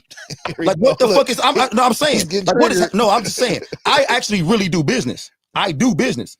Like I'm not gonna go pick nobody to help me or do something with me that if I don't think they can add value to what I'm doing here. Like that, you would be the worst businessman ever. If I got 10 niggas here and I picked and I continuously pick the wrong nigga to help out my situation, coach, then I'm gonna lose money after money after money. I'm gonna pick the nigga who I think like that's the nigga right there that can help me, that can add value to what I'm doing. Hold on, coach. Hold on. I gotta say this because a lot of people get this mixed up. The music industry, their contracts is not the same as sports contracts or any other contract. It's really the same though. It's not, because you guys get a loan, and when you get a sports contract, they're paying you. Well, it's the same. Okay. Because they can advance you money on future earnings in basketball as well. All I'm saying is a guy who has to negotiate contracts for myself because I am. So I'm asking you kind of a simple question that you are fighting, and I'm telling you, I'm not fighting it. Like I'm saying, but that's ridiculous because I don't know if you guys are educated enough to have this conversation. I mean, I think that Glasses is educated in the music industry, but as a person who have to market himself, who have to do contracts, who has to go out there and contract myself out. So if somebody have a business partner who has. So I'm saying, if you're not making a dime, coach, right, and somebody saying, I'm going to invest $200,000, $2 million, I'm gonna give you $350,000 cash, I'm gonna buy $150,000 in your publishing, and I'm going to spend $1.5 million between putting together the record and marketing your brand. You've never made a dime in this business. How much should you be getting paid? You're going to get paid whatever you negotiate. So I'm asking you, what do you think is fair? This is the question that we're talking about. What it's not about what's fair. It's about what you negotiate. I'm saying, like y'all using real words in business. Nobody comes in the business table like, what's fair? What's fair here? Okay. What are we talking about? Okay, y'all talking imaginary land, imaginary world? What's fair? See, King, you ask King. King, see, that's what I'm saying. Did you gonna go to the low hanging fruit and ask? I'm sorry, not to call you low hanging fruit. That was wrong. That's what making me say this to you. Yeah, like you don't go ask King what's fair. Because I'm asking you a question and you're not answering. I'm giving you the correct answer. That's the answer, bro. It's whatever you negotiate. So what would you negotiate? So wait, hold on. If it's not a test, then why don't you telling me it's not the correct answer? I'm asking because you grading then. Why are you grading? I'm not grading you because I'm not saying something's correct or incorrect. Taking the test. I'm not saying nothing's correct or incorrect. I'm just saying I know because I'm giving the correct answer. But you're not giving me an answer at all. You're like, that is the answer. Negotiate. It's whatever you negotiate. Coach, you're worth whatever you negotiate. Like is this not facts? You're worth whatever you negotiate. Coach, in that situation, I would try to get 40%. If I never had a hit record, if you can't get 50% and you can't negotiate that, I'll try to then get you're not 40%. worth it. But you worth whatever you can negotiate with these people. That's what you're worth. But it's not really a negotiation of what you're worth because it ain't about what you think you could do. It's gonna be about what you've done before. Okay, I got the right question to ask, Coach. What's the least you would take, Coach? What is happening right now? I'm saying, would you take would 30% be the least you do? Would 40% be the least? Like, okay, what would you do? So let me ask you guys a question because y'all asking me a lot of questions. So because and y'all don't like my answers or whatever. But it's not. I don't like the answers. You're not just giving me answers. I'm giving you the answer. I'm giving you the exact answer. On the thought. You love the answer because I'm supposed to be. Y'all call me Coach Chaos, but you the chaos. You just in there like yes, give them a bad answer so Glasses hates it. But it's not a bad answer. But I'm saying, okay, let me ask you a question. All right, let me ask you a question. Let me ask you a question real fast. So it can help my answer out. So any of these conglomerates who go find a artist, does the artist have to have any kind of buzz before they sign them? No. But they're signing off for the sake of thinking that the talent that you possess, you know what I'm saying, can actually bring them some money. They pay you based off the fact they think that they could coach talent to a record. Okay, so do you think that most most people who go to negotiating, well, most smart people now that go to negotiating, they get their buzz first. And nowadays, you it said what, happens like this. Nowadays, you know what I'm saying, people are coming pre-packaged up and showing that they got a following behind them. So that you could do this and then come in and that's not true. What's happening more likely is they're paying people that are doing that. They won't gamble on art anymore. Yeah. So it's not like necessarily artists are getting smarter. It's like now it's not as many opportunities. Like it's less labels, so they're not passing out situations. The reason I'm saying it is because I was in the spot, right, where like I just told you, I was probably making, if I'm making $500 and the spot is probably bringing in anywhere from, $30,000 to $40,000, he's profiting. That means I'm actually making less than, I'm making about 1 or 2%, right? If it's 40,000, let's say bringing in 40,000 a week, and then I'm making $500. That's probably like, what's that? 5,000 is 10, 500, so a little less than 1%. Again, I understood that I didn't have to spend any money. I didn't have to go out and market the spot. I didn't have to spend no money to get people to come to the spot, so I never complained about it. So when I'm asking you this, I'm asking so we could get a baseline of what that's worth if you cannot generate any dollars to start, because that's how most artists start their careers. They've never generated a dime. In my situation, I was able to generate a ton of money. So they treated me and paid me like that, right? So what I'm asking y'all is, what's a fair value for somebody that has no value in the business yet? Value being that you've sold and make this kind of money off of records. Well, I just wouldn't. I don't know that answer because I wouldn't go to nobody with no value and just be like, hey, yeah, I don't have no value. Let me try to minus that. But let's say what I do. Hypothetically, coach. Huh? Hypothetically. Yeah. Hypothetically, yes, we're just doing hypothetical things, coach. Hey, Glasses, we seen you on the lunch hour. We think you could rap, coach. Yeah, we saw you on the lunch hour, Glasses. We think you could rap. Hey, man, we want to give you $350,000 to make your first rap album. We'll give you $150,000 for some publishing. You feel me? We're gonna spend $500,000 making an album. We're gonna get you the best producers. We're gonna put $1 million in our whole staff of 100 people to market it out there. Well, man, to the sign. Yeah, King, I'm low hanging fruit. We're gonna have to go fuck somebody up for King. All right, we're gonna have to be in somebody's studio fucking them up. Hey, for a ham sandwich. Give King back his t-shirts. Like, what the fuck? If I'm starving. Man, like this ain't King. I mean, and okay, so I don't know what the correct. I'm gonna say that. I don't know what the correct but I'm asking you, pay somebody there. There is no correct answer. There's no correct answer. I would say that, like I said, I have a business partner who does that kind of stuff for me. And I would say they would go in there, they would look at the contract, they would tell me if this makes sense, if it doesn't. I would look at the contract. I know enough about money to understand if it makes sense or doesn't make sense also. Shout out to Tax. Glasses, you use your crack money as a bargaining tool during negotiation. Yeah. Me and my homies financed my first project. We sold 30,000 copies. That's why my first deal looked the way it did. But see, that's what this Glasses is making my point, though. But it's not, because I'm giving you a prefix of showing you that I had already generated roughly $100,000 to $200,000 on his own. That's what I was saying. Then he brought value to like, them. But you. Why would but it's not. That's not the case. That's not most of the cases. It's not the same. I'm telling you, they're signing artists. Like Mace hadn't sold any records, right? TLC hadn't sold any records. They weren't even a group. They was put together they were put together like New Kids on the Block. They didn't have any records. So I'm saying, what's a fair deal? The point is 5% then I not said fair? A fair deal is whatever they can negotiate for their deal. Yeah, but that's not, the fair deal. That's the fair deal. Yeah, but that's not. What do you think they can negotiate? I don't know. I have no clue. I don't know what they can negotiate. I have no clue. If they can get 10%, 5%, 7%, too, I don't know what the going rate is for an artist who has no buzz, and that's not my field. Okay, so I'll just tell you, right? The going rate is 10 to 20% today. When I first came to business, the going rate was 3 to 10%. It's 6 to 10%. The going rate now is 10 to 20%. Damn, it went up like that? Yeah, today. Right? Just like minimum wage, it went up. Like when I got my first deal, the going rate was still 6 to 10. I got 15 to 20 because I had I had things going on, right? 15 to 20%. So that means every dollar, right, I would get 20 cents. But every 20 cents, I wouldn't make 20 cents until I paid back the $2 million. They wouldn't even give you a percentage of the 20 cents. They just keep the whole 20. So every dollar, the way a record company works is every dollar, right? Every dollar It's broken down. Goes to the label to recoup whatever they spent giving you anything they spent. So you wouldn't get nothing after until $3 million is recouped. So it's like this. My first deal was for $1.7 million. That was a whole total deal, right? That's including advance, how much they spend on the record, and we worked out a budget for marketing, all that. It's $1.7 million, right? So my cut at that time was 16% to start, right? Which was big. It was a 2-point bump at gold and a 2-point bump at platinum, 20%. Wow. So let's say I sold platinum on the first deal, right? At 20, so that's 20 cents out of every dollar. So the way I would recoup is that 20 cents needs to make $1.7 million before you see money. Before I start to make money outside of the advance. Okay.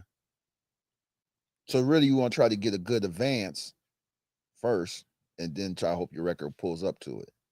Well, did you have any did you have any say so on how much they advanced you, or how much they put into you, or they just say we're going to put this much in? Well, yeah. So we use Bob Lieberman. Shout out to Bob Lieberman, one of the better minds. Bob Lieberman, we use different contracts. We use Jay-Z contract, a different contract. They played against it to get this really big advance. Oh, I see what you're saying. You have multiple people trying to sign you. I had 7 deals at the same time. Okay, so you leverage some of the deals to get a better deal. Yeah. So in your opinion, it's better to get more money up front, or? I don't know what's better. Okay. Yes. If you're going to sign with a record deal, you want them to spend as much money as possible to make you a star, and then they got to chase their money. So but in the process of them chasing their money, you ain't getting shit though. So you until they get their money. You say if they put 100,000 in you, they ain't gonna chase like if they put $1 million in you. That's why people do publishing deals. So like when May says, "Hey man, you know, Puff gave me 150,000." I'm not quite sure the number. Puff gave me $150,000, right? And for my publishing, Puff needed to start using his songs to make the $150,000 back. So that means he'll like try to get it on shows. He got to work harder to work your songs. Okay. Shout out to DJ Head. Head told me this. Birdman offered me $225,000 for publishing, but I heard so many horror stories about publishing without understanding the process that I didn't take it. Well, guess what? I'm writing stuff for Birdman sometimes. He don't have no reason. He's not incentivized outside of I'm good to use my songs. But if I made him give me the 225, then he's incentivized to have to use my songs. So whoever the label is more financially vested in, they're incentivized to market that content the most. Got it. So the point I'm saying is, right, it's like, and this is the question I was asking you, Coach.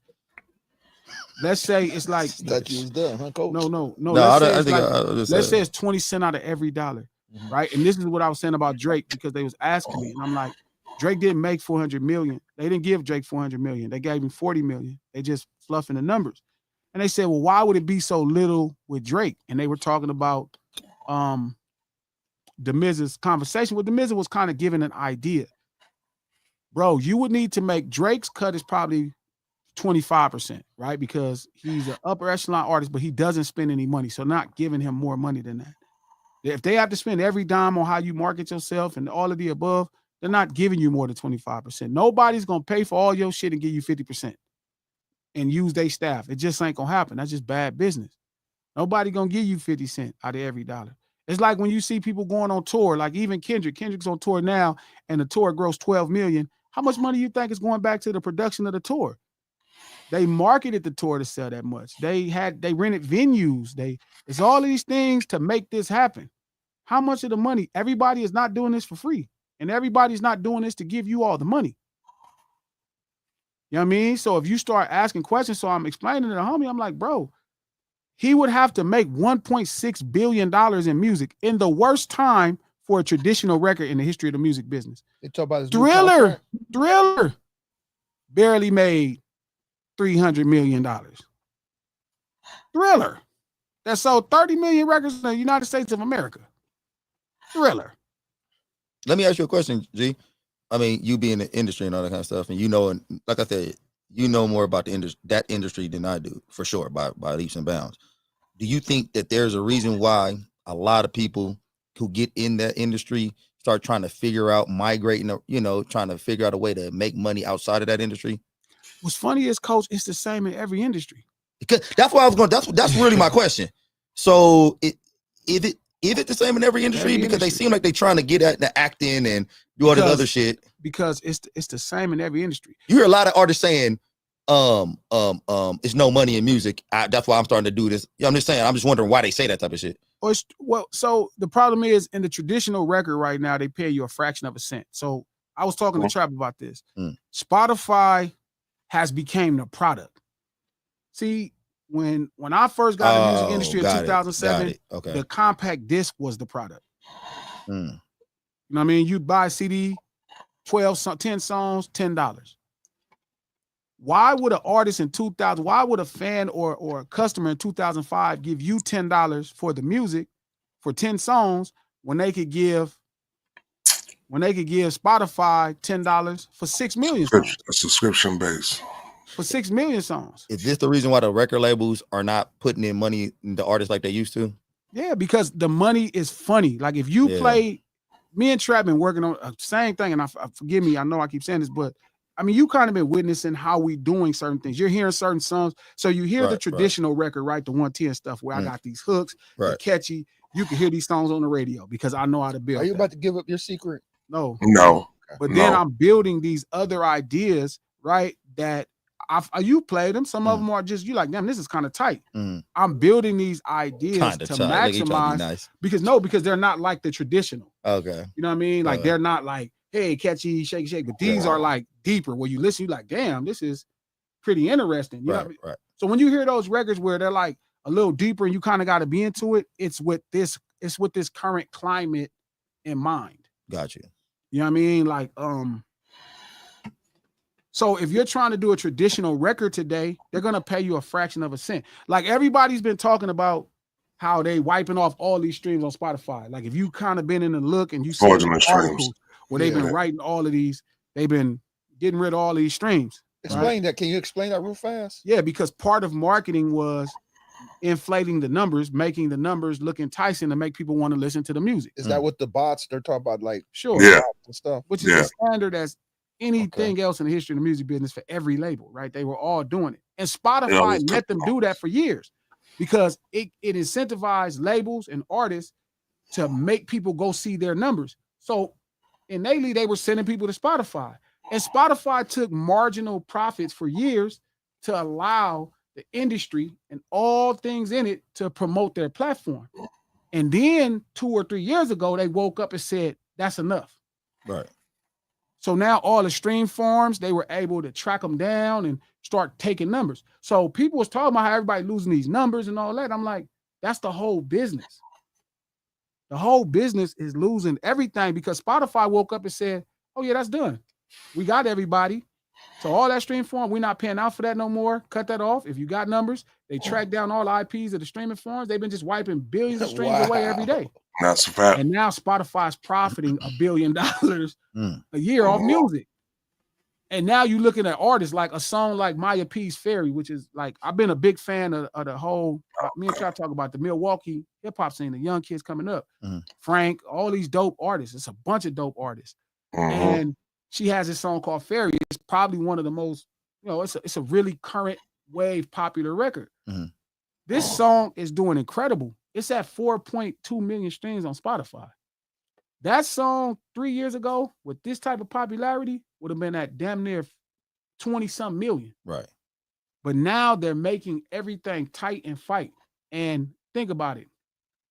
If one person on average, they try to convince you it's 150 streams. If one person listens to a song 30 times, that's what the real number is. 30 numbers. I read about it. They was talking about it psychologically. 30 times. That means the audience of that song is around 140,000 people. That means 140,000 people is only worth $15,000 to $25,000 today in the music business. That's crazy. That's the problem. That's his numbers. Oh, man.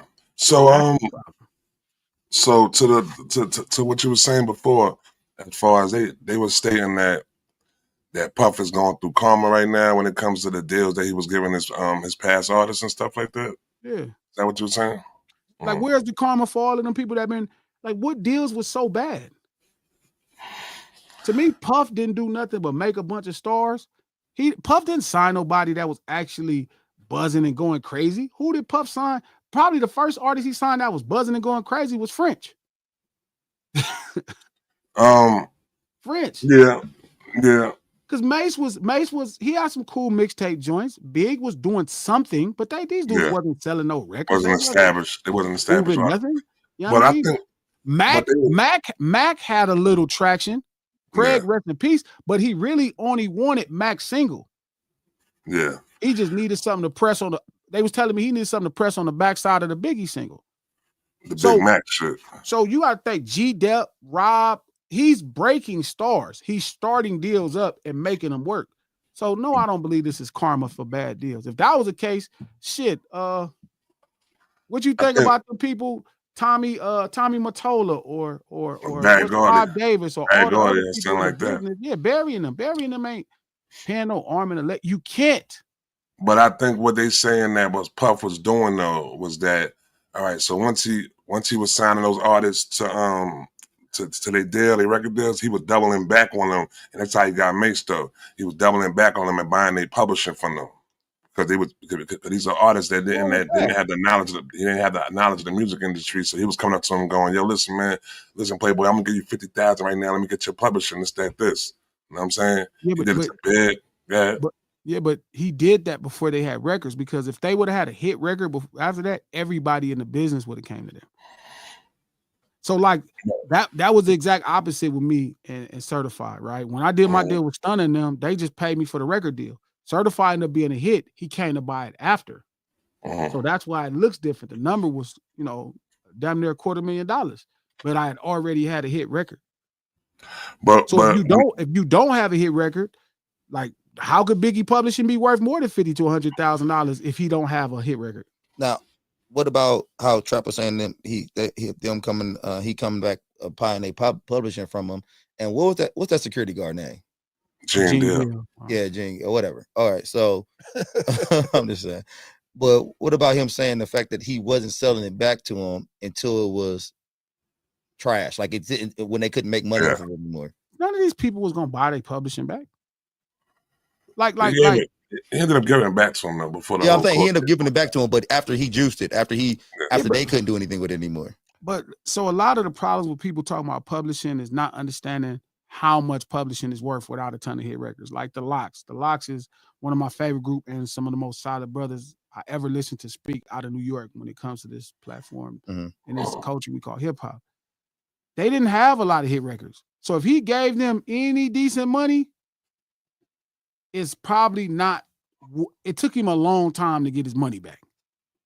It took him a long time to get his money back because the Lox didn't really have a bunch of hit records. Biggie, he might have recouped faster. Mace, he probably recouped faster.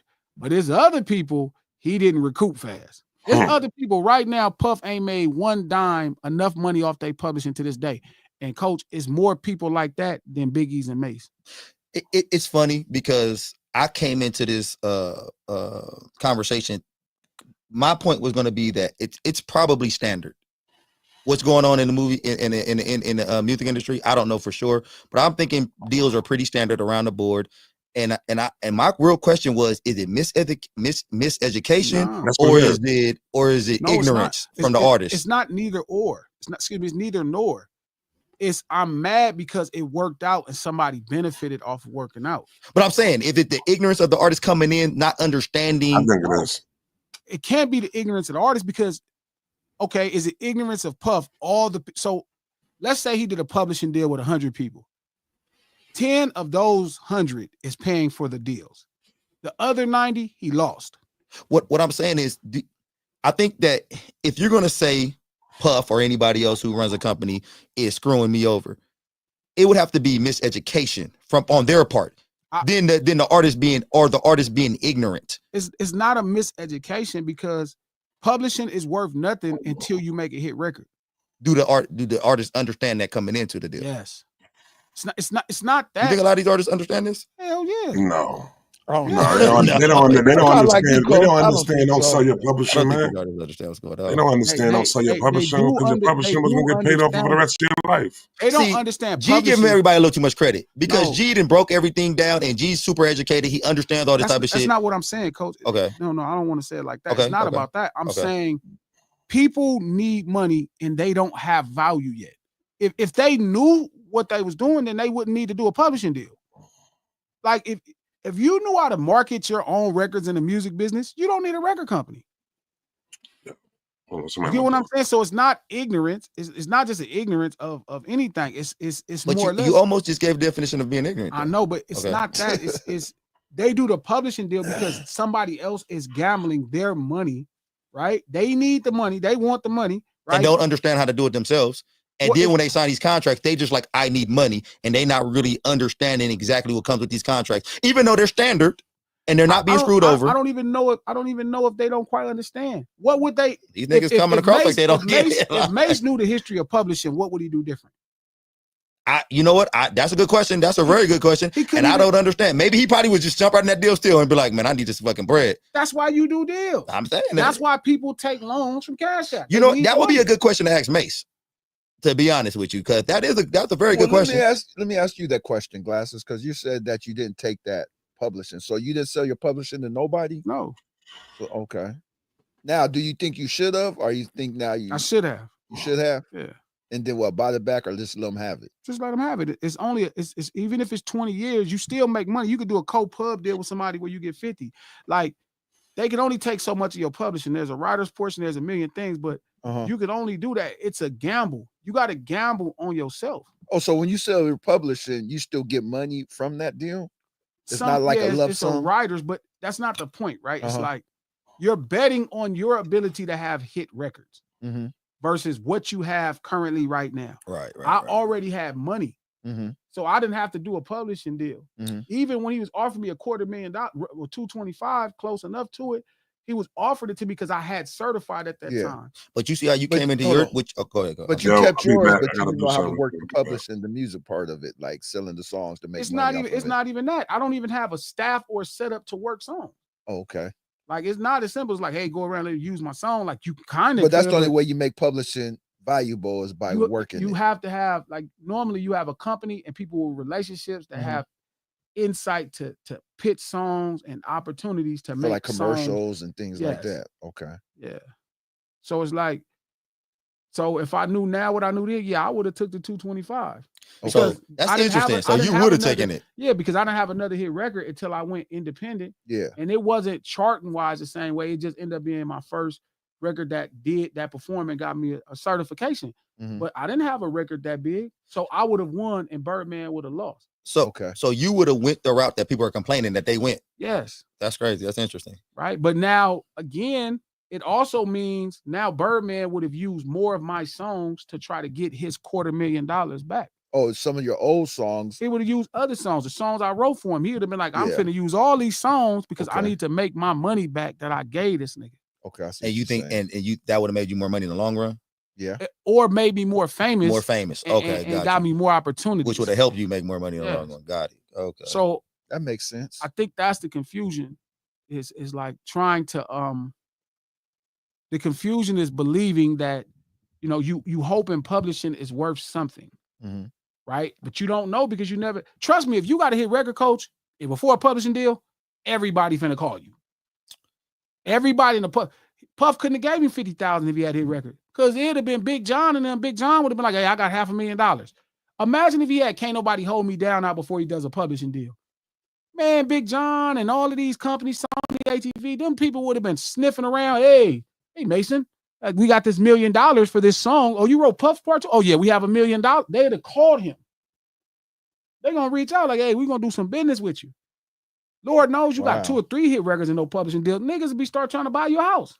No, I get it because I've heard some artists like that came out independent and made some real big records already, and they turning down deals like, nah, we don't. Because then they'll do, shout out to BV who just brought it up, an administration deal where they like, look, we're going to pitch your shit. We're going to collect your money for 15% because you already worth money.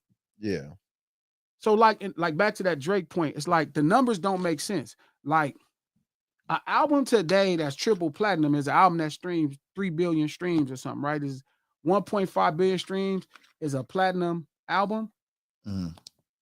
That ain't worth the kind of money you think. That's probably worth $2-3 million. Mm-hmm. So 3 billion streams only worth $4, $5, $6 million. Publishing, right. maybe you worth $1 million, $2 million on a project. You know what I mean? Some shit. A successful, the better albums in hip hop today, or the better albums in the music business today, is an album that's probably gonna gross $10 million in a year or two. That's the best. I'm talking about Taylor Swift. Right. I'm talking about like you gotta go Taylor Swift, $20 million. Drake, it don't work that way. I'm talking about they got to do a lot of stuff to get that money back. They got to be in on the merch, all that, trying to get that $10 million back they gave him for that record. Kanye in his hiding probably got $10 million once. He probably was getting 8 million, 6 million, all kind of shit. It's a lot to get that money back. Mm-hmm. And it's funny because now it's kind of coming to me as far as it's probably easier to get money after you become a star in music. Yeah. And that's probably why they go outside of music after that, because now Kanye can go to a shoe company and negotiate a lot from a higher standpoint. Imagine if he went to Adidas and he was nobody. Exactly. Adidas was like, man, you get your ass out of here. But now you come after Def Jam and Rockefeller has spent millions and millions of dollars of marketing you and putting you out there. Now you can go to Adidas and be like, hey, I'm famous. Yeah, now I'm negotiating from a point of power. Like, all right, I have an audience. I've shown that people want to buy something from me. Here's a deal. So now you can get 25%, 30%. But the truth is, like, so think about it, right? If let's say Drake streams 3 billion streams, right? And that's worth about $6 million, $6.5 million. He sinks $1 million in a year or two cycle. You know what I mean? He might do, so many millions of dollars. Let's say he grosses $10 million in that cycle, right? Off of his stuff. His cut is $2.5 million. They ain't even recouped the money. They have made $10 million, but the recoupment, he needs to do times 4.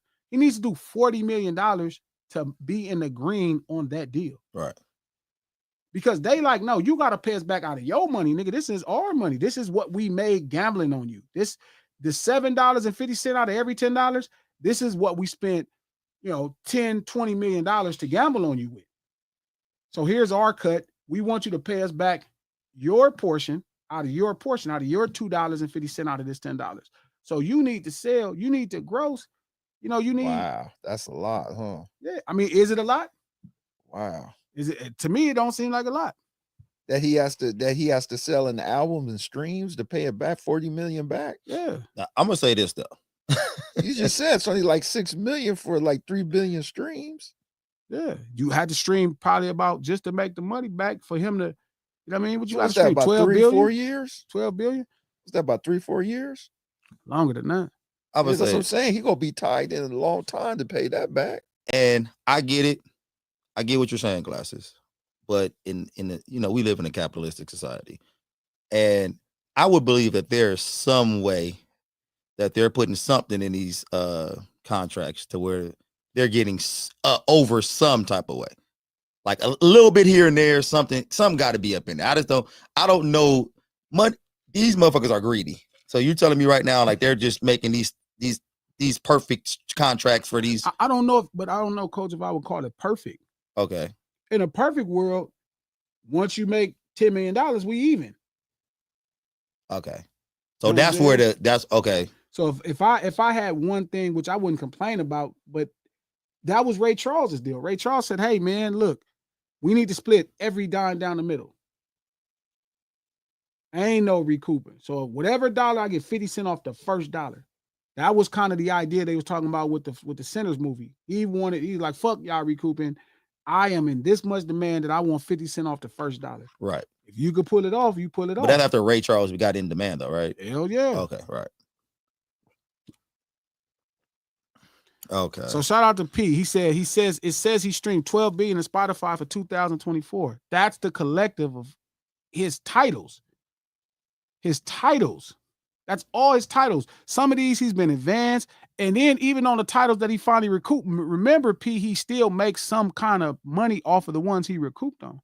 Not to mention some of these are albums that Cash Money is cut in on. So he would need to stream 12 billion on one particular album to recoup that album. He's streaming 12 billion on a catalog. It's deep, P. It's a lot. It ain't simple. Even to me, when DeMizza was talking about the plane, people missed the gem. He didn't buy that plane. That he doesn't own that plane. He did a deal with a shipping company, right? They said, look, we'll let you use this plane. You just put gas and fund the pilots. You feel me? You can rap it and do your thing. And now you become somewhat of our spokesman for our shipping stuff. Just mention us.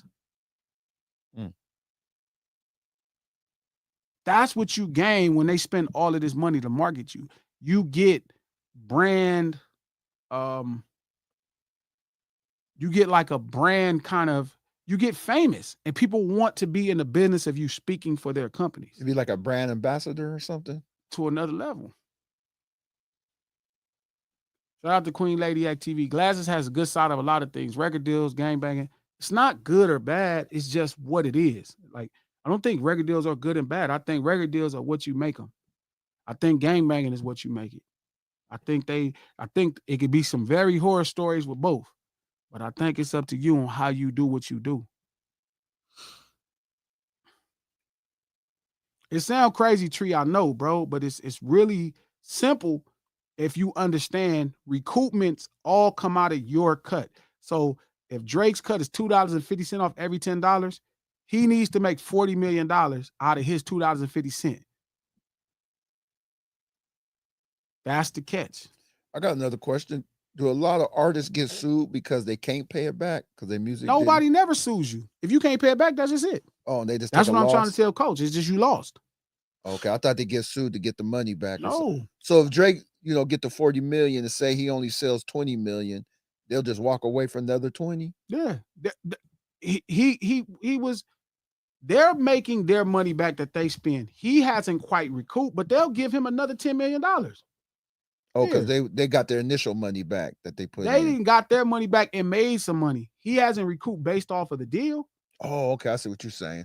At 20 million of his money, they didn't got $7 off of each $10. So they done made theirs way back. Yeah. So if he got 20, they done got 40 or something. Yeah. Okay. I see Even what you're though saying. he needs 80 per se to make I see what you're saying. Be in the green. But they done made some money. So they're like, okay, yeah, here go another 10. They're gonna keep stacking the debt. So he keep going and keep going and keep okay. I see what you're saying. Hey, make sure y'all hit them like buttons, man. This man out here giving you, I feel like this is some jewels he's dropping right now. On the 4th of July, freeing your mind. We out here on the 4th of July, out here talking. Freeing you. Doing this talking. Hey, man. I don't even know if we're going to get to all the stuff we're supposed to talk about. I know. I'm saying, I'm like, we have to put this shit back. Yeah, we got, first of all, the first conversation took more than time than I think G probably even know. Spirit. Yeah, exactly. I'm actually happy we got onto this because that other shit was making me sad. But this right here, I think we kind of went into it hard because number one is educational, and I think a lot of people should hear it. Do you think this is kind of a glimpse of what you give them on the podcast? Yeah, this is exactly what it is. It's always these type of kind of investigative journalist kind of thoughts, like where I'm like, damn, I'm realizing certain things. And I'm not, look, again, like, I know sometimes giving people the truth is tough because it steals kind of I came up with this idea. I told you about it, Coach, and I told King about it. COI, capturing the imagination or capitalizing off ignorance. Capturing others' imagination or capitalizing off ignorance. When I'm explaining to you how the business works, shout out to everybody at the lunch table. When I'm talking to you guys on how the business works, it's not to put another artist down. Like, it's really so you understand what you're looking at for your own purpose, so you're not just looking crazy. Feel me? You just not looking crazy. Because I don't want y'all to think, because a lot of the entertainment business throw around these ridiculous numbers, and it start making you feel crazy in your regular life. Don't get me wrong, the real numbers is devastating, but the numbers they make it, people start throwing around hundreds of millions of dollars and billions of dollars, and that shit's a lie. You know what I mean? I don't want y'all believing that dumbass shit. That's what's wrong with us too, as a people. It's too many niggas lying about what's happening. You know what I mean? When they could just tell the truth, and the truth is just as great. It's funny that you said you brought up the capitalizing off of ignorance. I feel like this conversation is kind of streamed from that thought process from a lot of the outside of the industry. I think that a lot of people thinking that that's what some of these big like Puffy and all these guys are capitalizing off of some of these people's ignorance. Yeah, no, and I don't think that's true. I think, but I think that's what you're saying. I think that you're saying it's not true right now. Puff is not. That's not what Puff be on, man. Puff is in a really tough situation when you, like, I sympathize with my older homie. Like, like I never complained when he paid me $500 a week. I didn't quite understand why, but nothing about it made me think he was trying to make thought sure about it a little bit, though. Sure, because it was like, man, you making 15,000, 30,000 a week. This is off of me. He still got people coming to buy 16 ounces, gallons. It's 30, 40,000 coming through here. I'm giving him $15,000 a week. Let me ask you a question. Did that motivate you to want to have your own spot? No, I never looked at it like that. I ended up having my own spot after because I learned. Yeah, but that really didn't motivate you to like, hey, I should be doing this on my own. Nah. And you're coming across as a nigga who think minimum wage is fine. I mean, that's how minimum wage is fine, but it shouldn't be most jobs. How about that? Okay. Minimum wage should be for people that just want to earn minimum wage. So $30 is okay, minimum wage. That's ridiculous. They talk about pushing that up in LA, some places, $30. Nigga, okay, first of all, this is do you buy shit in LA? Like, do you get gas in LA? Nigga, like $30 all I'm saying is okay for minimum wage. I agree that minimum wage should be different in wherever different places because the cost of living is different in all around the country. And in LA costs a fucking lot to live out in this motherfucker. Yeah, but I think we're trying to fix one problem. You see some of these prices for some of this shit? And lower the housing. Yeah, but you can't because okay, but this is the problem, right? It's like the American idea was made to implode. Yeah. Right? Because if your belief is you want people to come into this country, right? Like one of the biggest things that nobody talk about on the housing value is how many people competing for each house. That's what's driving the prices of housing up. The demand. Well, demand always drives up. Misinformation, though. I think that's really. You think that's misinformation? Not at all. I think that's really misinformation. Hell no. I would like to explain. Okay. I travel a lot, throughout the country and stuff, and I'm watching them build these houses and these apartments, all these new things and stuff they're building every day. Housing. You drive through here, you see brand new houses. So yet the homelessness is still going up. But the homelessness don't have. It's because the homeless don't have nothing to do with a lack of housing. But it does because the pricing of the housing and the cost of living in these places is what's displacing people. So you think they're pricing people out of these houses? Yeah, and they're getting the government money to build these housing projects and stuff. And then what they'll do is they'll build 100 apartments. They'll deem 10 of them low income and get that government money. So you should be the rest. They don't really have to sell because the government's taking care of the bulk of it. So you should be fine with minimum wage going up there. Well, no, you shouldn't. Because I'm gonna be a business owner and have to pay that shit. I mean, not saying that you're going to be a minimum wage guy, but I'm saying, but you should be fine with the thought of minimum wage being higher. Go ahead, Glasses. Demand is still driving. Demand is still driving why the property is high. If people didn't want to live here, you couldn't sell the property for that price. And they're saying right now the LA property value is about to drop. Because people can't afford it. It's about to drop. We're gonna say, but it's not people can't afford. It's tricky, right? If people could, that's what I said. It's misinformation that's going out about this housing industry. But I don't know if that's misinformation, King. If 10 people is not trying to buy a house, the house has to sell for cheaper. But that happens a lot, though. If you think about it, a lot of these houses do go for cheaper than they already in price for. Like those prices drop on those houses. Yeah, you gotta wait. I'm just saying. I'm saying that's simple business, right? If you have whatever. If it's people competing, it drives the price up. Can't nobody, like, I can't just tell you I want $600,000 for my house and then you just gonna pay it. No, I agree. It only be worth it if you're gonna give it to me. And that goes back to what Coach says. There's certain areas people just have to live in and willing to pay that price. Shit, that's live in those certain areas. You know what the funny thing is? You guys both have a point. Like, you guys both have good points. I mean, because you are kind of right, and I think Glass is also kind of right. Because the market has been oversaturated with some of this shit that's going with some of these houses, and because you watching them. And that's why market drops every blue moon, because the oversaturation. Like, then they have to drop the market and then they have to wait for it to come back up. So crazy, Glasses. I ride the Metrolink, when I go to the airport from here, and it takes me through some back places. There's a lot of like communities that's abandoned, along them back tracks, like with housing and stuff there. And I'm looking at like, wow, This is like 6, 7 houses that's empty and abandoned back here. Like, what the hell's going on? Shout out to Tree. He said BlackRock is buying all the houses to keep the prices high. Could be a scam like that. That's about Queen Lady at TV. Why should fast food employees make $20 per hour when food is expensive? That's why food is expensive. And also, where would you have fast food workers work? Let's say if you dropped it back down to $10. No, where would they live? No, you first, number one, you could always go to any place and tell who's making what. Yeah. Like you could tell that In-N-Out workers have a little equity in the company and they getting paid a little bit more than some of the other. Do they really? In-N-Out workers be happy as a motherfucker. They been there. How can I take it? You can always tell Chick-fil-A workers you make a little bit more money than you go to Wendy's. These motherfuckers are assholes. They got some attitude problems and shit. That's the only reason why I don't necessarily believe in the money. It's a couple things going on. And I do think it is greed of humanity as well, but not in the housing market. That's true too, but I think that's also because we do have a lot of people coming to California, and it's usually money coming to California, or like people that coming to the country illegally. It's like 5 or 6 families teaming together to buy a property. Then there's people in China that's coming to buy property and getting finance from banks over there to buy like it's a lot of people competing to buy property.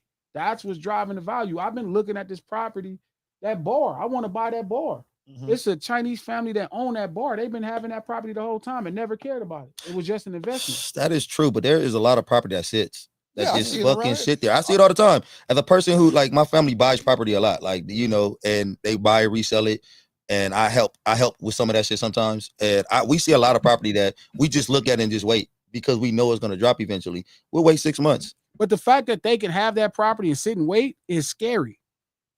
They're not, you get what I'm saying? They're not, people not, like this particular property I want, this people didn't have this property. They ain't messed with it for years. Letting it just go there. This is money from somewhere else that bought it, knowing that it's an investment. So again, people playing the money game is also because California property is the money game. I got a question for you. Dealing with California.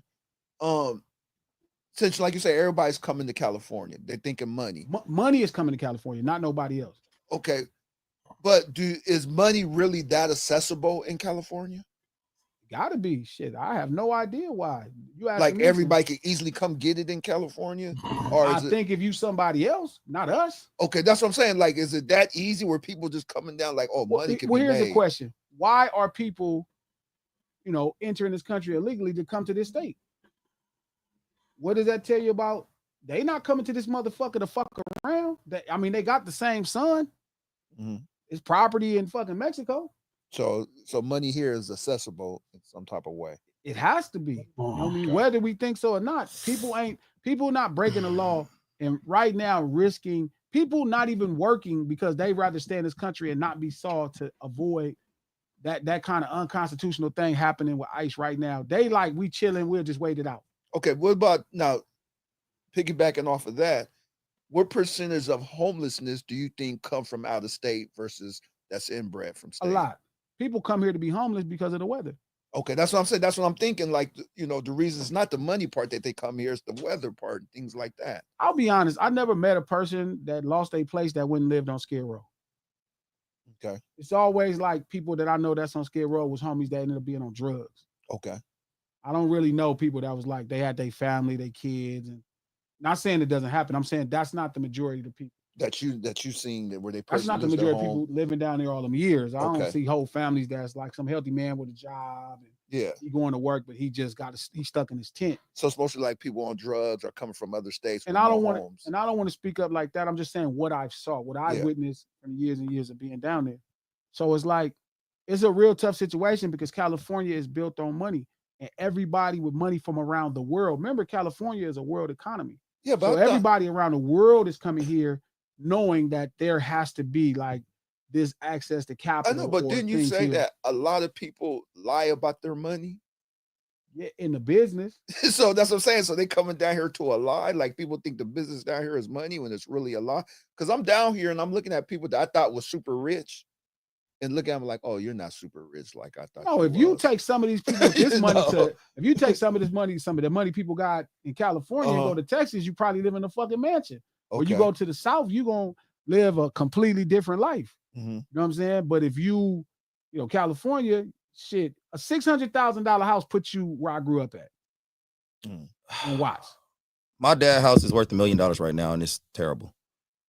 Where I grew up at my mom's house in Compton in original forms, they got 1.1, and you could get shot.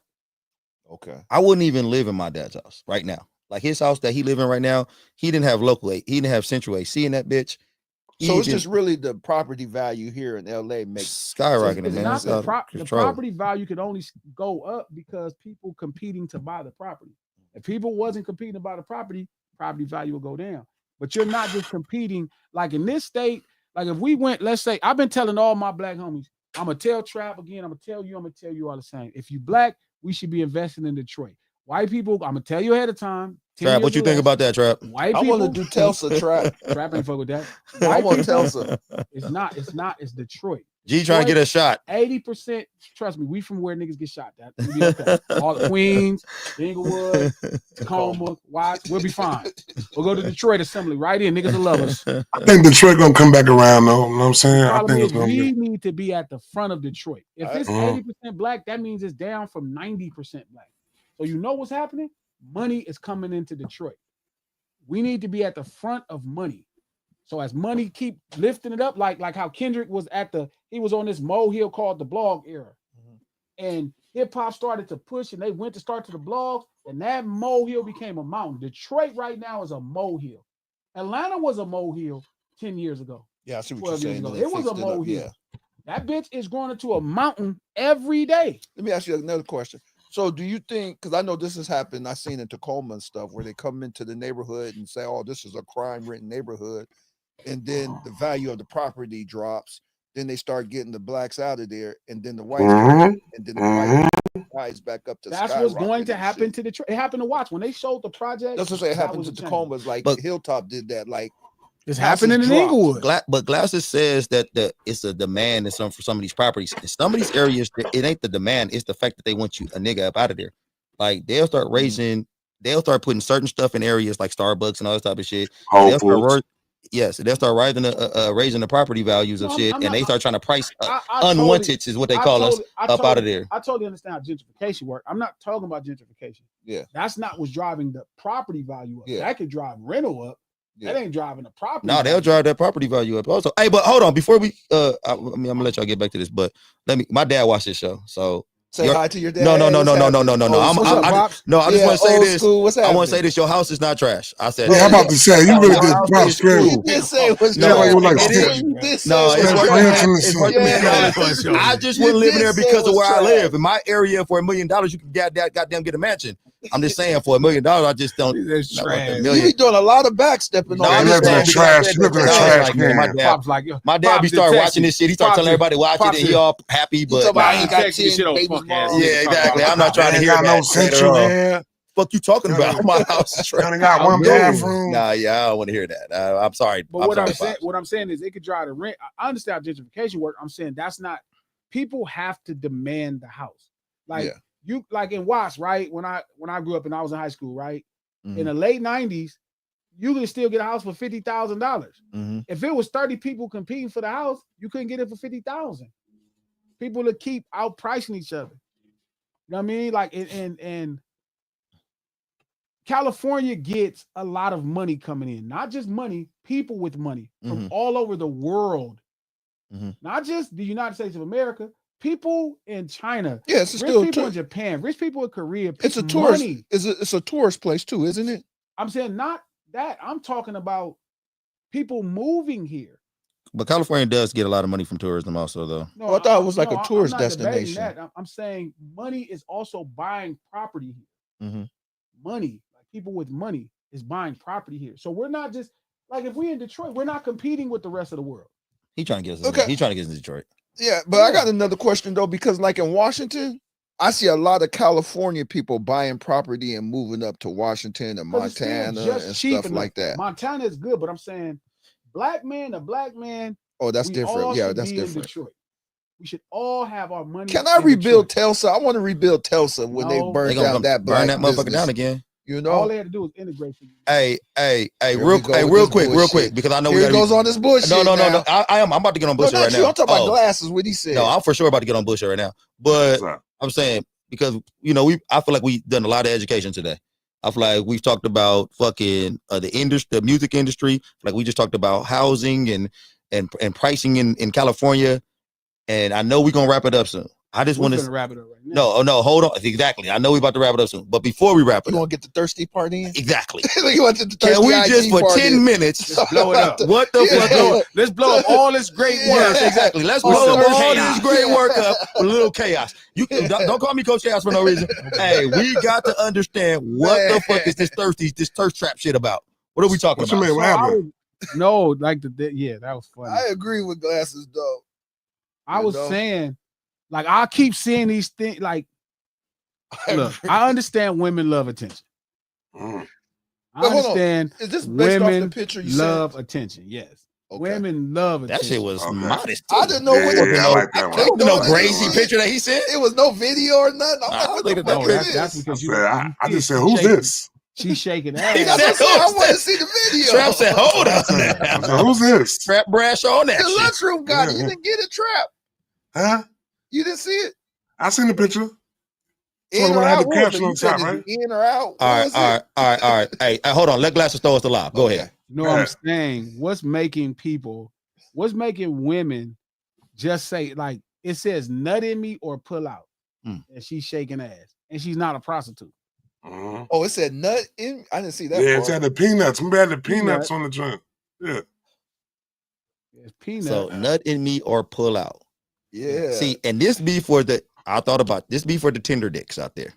Mm-hmm. These be the niggas. So first of all, any dudes in the comments, these talking be going about crazy, marry bro. me. they be It's dudes like marry me. I'm like, what? these niggas be crazy. So Oh, first, I didn't see the nuts part in there. hey, first, what is up with you? No, I didn't see it though. I didn't see the nuts in or part out. up in. So looking for the nuts. exactly, I there be go the looking nuts. for nuts and shit. That's There go why. the nuts. Nuts don't be on my mind, so I bypass that shit. So I don't understand niggas like that. The niggas that be in the comments talking about marry you, stay in, nut in you, have my baby, and all that. And I come from a long line of niggas who do not knock anybody hustle. So for the women, I'm fine with you. Hey man, shake what mama gave you. Like, you got ass, shake it. If you bought you some ass, make it. It's an investment. Go do what you got to do. My problem is for the dudes. Why do y'all want to marry these women, and why you want to nut in them? Why is this even a question? And why are these niggas going to these Patreons and these OnlyFans paying these broads money when you can go watch free porn any and everywhere? Like, what in the fuck is happening? I'm telling you, something's wrong. This shit be crazy. Like, I need to understand what's wrong with the fellas around here. Fellas, I don't understand what's wrong with none of them. I get the women. Niggas be bored. Niggas be bored, I don't man. get the women. I'm getting tired of it myself. Just going on Instagram and all you see is ass cheeks walking, doing nothing. I changed my algorithm. Doing nothing. They're doing that shit nothing, don't just show me. walking. That shit don't show up on my Instagram. I'm getting Tired of seriously. big fat asses. That's crazy. No, I'm getting tired of it because I be wanting to see more. I want a girl to have more than just an ass. I see. Coach of pervert. I mean, king of pervert. I want more. Like King have of pervert. more. King said this is not enough, women. I want to see what you work like. I want to see what you Exactly. work. Take that panties Or off. have a skill or something. Do something Man, instead of just I be walking. watching- Can you go in the kitchen? Can you go in the kitchen? I be watching people talk about the day they meet their husband and be having them kind of posts up, and I'll be like, how do you correlate the two? They're gonna delete all that shit once they meet their husband. You know what I'm saying? They act I like that shit saw don't a exist. lady arguing with a dude. Like, I was posting these kind of pictures before we got together. How you think I got you? Yeah. And he thought to himself that she was only doing that to fish for him. Mm-hmm. I think dudes think girls is doing that to find their husband. Then they gonna stop or something. Yes, but I be thinking this is what dudes think. They like, I'm gonna find she looking for me and she found me. Now she don't got to do this. It was never about you, my boy. I don't know if it was about him, but they do be this be the real big problem, bro. It be NBA players, NFL players, it be niggas with money marrying women like this, like finding these women on Instagram, marrying these women, and then getting played and wondering what happened. Like, why would she do that to me? How did this happen? And then another nigga come see the shit and remarry the hoe. Like, all right, give her more money. Yeah, give me like it. You know, it's women that start off on this Instagram and all this bullshit and these Patreons and these OnlyFans with multiple I'm gonna tell you after this is over, man. I'll tell you what Subscription Patreon is. service. Yeah. Hey, don't give him nobody gives nigga. But anyway, so it's women out there with multiple babies by different rich niggas. Like, why is this happening? That's the real problem. These women feel like they can do this because it's niggas like that who are empowering them. You know what I was just reading? It's so crazy you say that, because I was just reading where women is making themselves look like they got Down syndrome. What? Money on there. What? Yeah, they say What women. the hell? They say women on Instagram and stuff is making themselves look like they got Down syndrome, and For they be having filter? OnlyFans. And ain't that shit crazy? You seen that shit? You seen that shit, All glasses? for attention. Yeah, Yeah, all for attention. Do they have clothes on when they do that? They kind of scantily. They be having bodies and shit, but they face be looking Down Like, syndrome is. But they bodies be cracking. Hey, But they What? face. y'all understand how low we have gotten to as a society? That's Where crazy. we looking at women with Down syndrome But they're shake their lying. ass. The women are lying and taking the Down syndrome filter, so that it's that crazy now. This is how crazy it's getting. Is that sexy to you, King? No, I'm saying how Oh, okay, crazy. This is why I'm getting tired of looking at this stuff. They be because like, it's I'm a bunch down. of bullshit. It'll say comment like, I'm down. Yeah. Or you down. Yeah, you Like, see bro. that? Wow. It's crazy. But Wow, I again, love going it. to women in that crave for attention. Yeah. It's That's kind of crazy. dangerous. Down bro. syndrome is crazy. That's No, super it's crazy. crazy. It's getting real big. A lot of girls is doing that now. It's crazy. Could you have a Nah. homeboy? Could you have a homeboy that's on somebody OnlyFans with Down syndrome? Nah, man, that shit is crazy, man. Like, Could he be why my y'all friend? Could he playing be around your with friend? that Could he for? be your homeboy? First off, he shouldn't have been too comfortable to tell me that so probably. You know, Nick, but you know niggas will talk. Niggas will come, hey G, I got I'm over here with Cashed out. yeah. I remember I had a partner who had a girl whose arms was little. Like she had She had little like the arms. chicken. She had a chicken wing. She And had we a used to chicken wing. ride his ass all the time. She was rich and shit, but she had little arms and But shit. I'm saying that she And bringing we something to used the to ride table him though. about that all the So him in time. little arms and raptor booty. Oh yeah, exactly. That T-Rex. She a T-Rex. Yeah, she might be fine. There you go. Yeah. There you go. Little tiny arms, like. And you said she had money though. But what about Yeah, she was what rich. if your homeboy was giving her money? Like she didn't have shit. He was giving her his Nah, he money. wasn't, That's the weird shit, nigga. Your homeboy he come to he G, was hey abusing King, her. hey man, I just got finished giving out. Nick is a savage. He said, I'll Listen, F the Down syndrome out of her. Nick, Yeah. you are a savage, Nick, bitch. I wouldn't That's let you come crazy. to my house by my daughter. Nick said, If I F see the you on Down my syndrome block, out of her. That's crazy. Nick going to jail. Yeah, Nick Nick, going you already told on yourself with me. Nick gonna be in prison. Like that don't even Down Yeah. syndrome. I And can't some even of touch these it. pictures, them girls be doing all that. I'll be like, Man. I don't want to see those Yeah. pictures. That sounds crazy, yeah. oh, bro, it is crazy. That's They be beyond having some attention cold seeking. captions. Man. They be like, I'm down. That first of all, that's hilarious. And then they see You you know the I'm down, OnlyFans. it's Then they see you the hilarious. OnlyFans. Wow. I would only go in there to look at comments. I gotta see what the That's niggas it. saying. Coach You has know I'm already down. said he's going to go check yeah, it the out for comments is- I gotta look at the investigative comments. reasons. I gotta look at Research. yeah, this research, guys. I'm not trying to see no. Research. That's We wild talking right So, there. so why'd you put that? So the thirsty thing is something that you getting tired of seeing glasses, I or just was wondering what is going on. Like, how is society going to that level to where this is just a thing? it's the easiest thing for them too. I think they think just See, It's this is crazy. right here, coach. oh you showed it. That's the Down syndrome one? This shit is crazy. Yeah, send that to me. Let me see that. Send that to me. You guys ain't seen that You don't shit. No. Look at her face. Hold on, I can't see. I'm blind. Let me. Oh see. yeah, you forgot. This is research, guys. So I don't. He said his research. It's guys. research. I'm just trying. The Send it to statement me. is syndrome is down, but the ass is up. All right, here you go. Hey, apparently I Wow. don't know what Down syndrome look like. What? Cause she looked perfectly fine. Oh my god. Apparently, a bitch can trick me. Oh, Syndrome is wow. down. The ass is up. Did she got Down syndrome? Wow. Send it to me. But put it in the That group. what beauty's done changed now? I don't know. She don't. Beauty didn't She change. gotta find me to somebody where- with a little more Down syndrome. I guess. Yeah, Down Maybe she at the syndrome tip. is Maybe she beautiful. just hit the tip of Down syndrome. Maybe Oh she ain't all the my way down with her God. syndrome. Maybe she like tilt It's a syndrome. Like filter. she ain't all the way. It's a filter they put on. It's I a don't filter. see. I can't even see the filter. I could. She just looked like a normal motherfucker to me. Wow. She did not look like she didn't look like she had Down Oh syndrome. man, that'll do it. No Sinners Live at lunch hour every Monday, Wednesday, and Friday, right here, She noon look Pacific good. Standard Time. BW said, "If she down, I'm down. You going to hell? Yeah, y'all niggas going to jail. You going to and hell? You They just not said going she to no was fucking cute. jail. Come Yeah, on, we she out, going to I man. said she was cute. We out. I said I just can't tell she down. Hey, trap. Send it. Hey, Trap. Before we get up off, I got 2 questions. First question. Hey, can your homeboy text you good morning? Nah, I don't like that. Hey, can your homeboy call you because he's something on TikTok? I don't want good night either. I seen that trend. I seen that trend on TikTok. Huh? You see that trend on TikTok? Like my homie, it gotta be like top of the top, like that. You know what I'm saying? I don't want the fucking top. I'm asking that because me and Glass on a group text message, but it got a girl on there, so you know somebody who help us out.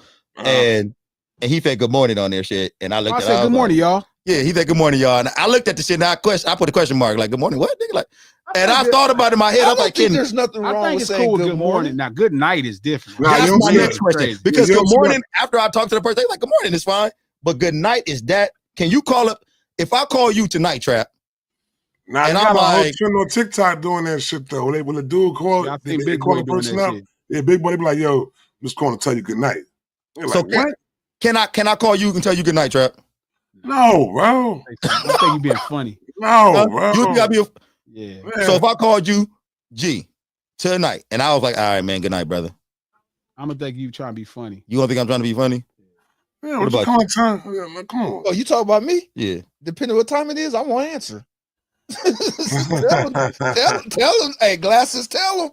I won't answer. It's funny because I thought about that shit. And I was thinking, I was wondering if like Glasses called me and told me good night. Because I don't think that's like nothing else. Y'all would think I was being funny because I probably act like that, but I don't see Glasses doing that. I don't see Glasses calling a nigga up and saying good night. Yeah, I'm saying I probably would be the nigga out of us who would call a nigga and say good night and try to be funny. But if G did it, we wouldn't think it was being funny. We would be kind of confused. So it's like you having a whole conversation just say with your your name. people. Glasses will just say your name to get your I would attention. think a nigga had a gun to Glasses' head. That's what I would think. No, I know Glasses. I'm like, who just put a gun to this nigga head and told him to call me and say good? I would ask him if he okay. Hey, Trap, Glasses will do you like this. If it's 11 o'clock at night, he'll just text you Trap. Yeah. And make you respond like, nigga, what's up? What you want? Yo, nigga don't respond, say nothing back. That's because I be on that little moment of where I'm hitting. And then if it take you like too long, like 5 minutes or something, then I didn't went to the next shit. Yeah, he'll do that. He'll be like King and won't say nothing else. That might take you 30 minutes to hit a nigga back. I'm already done. I didn't put my phone. I'll be like, yo. Don't get no response back. I'm like, what the fuck? No Sitters Live. Right here, lunch hour, every Monday, Wednesday, and Friday. Noon Pacific Standard Time, Digital Soapbox. Click the thumbs up button. Appreciate y'all. We looked out 4th of July. We still cooked. Enjoy that barbecue. I miss in there. You can check out the No Sitters podcast on iHeart Podcast, Apple Podcasts, anywhere you get your podcast from. I got Still on the phone. He just called me.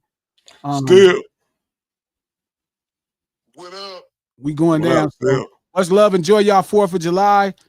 Some of y'all need to examine y'all blackness. Work on that. I'll see y'all Monday. Some of you need to get rid of apple pie and get one of them. Apple pie, the best shit.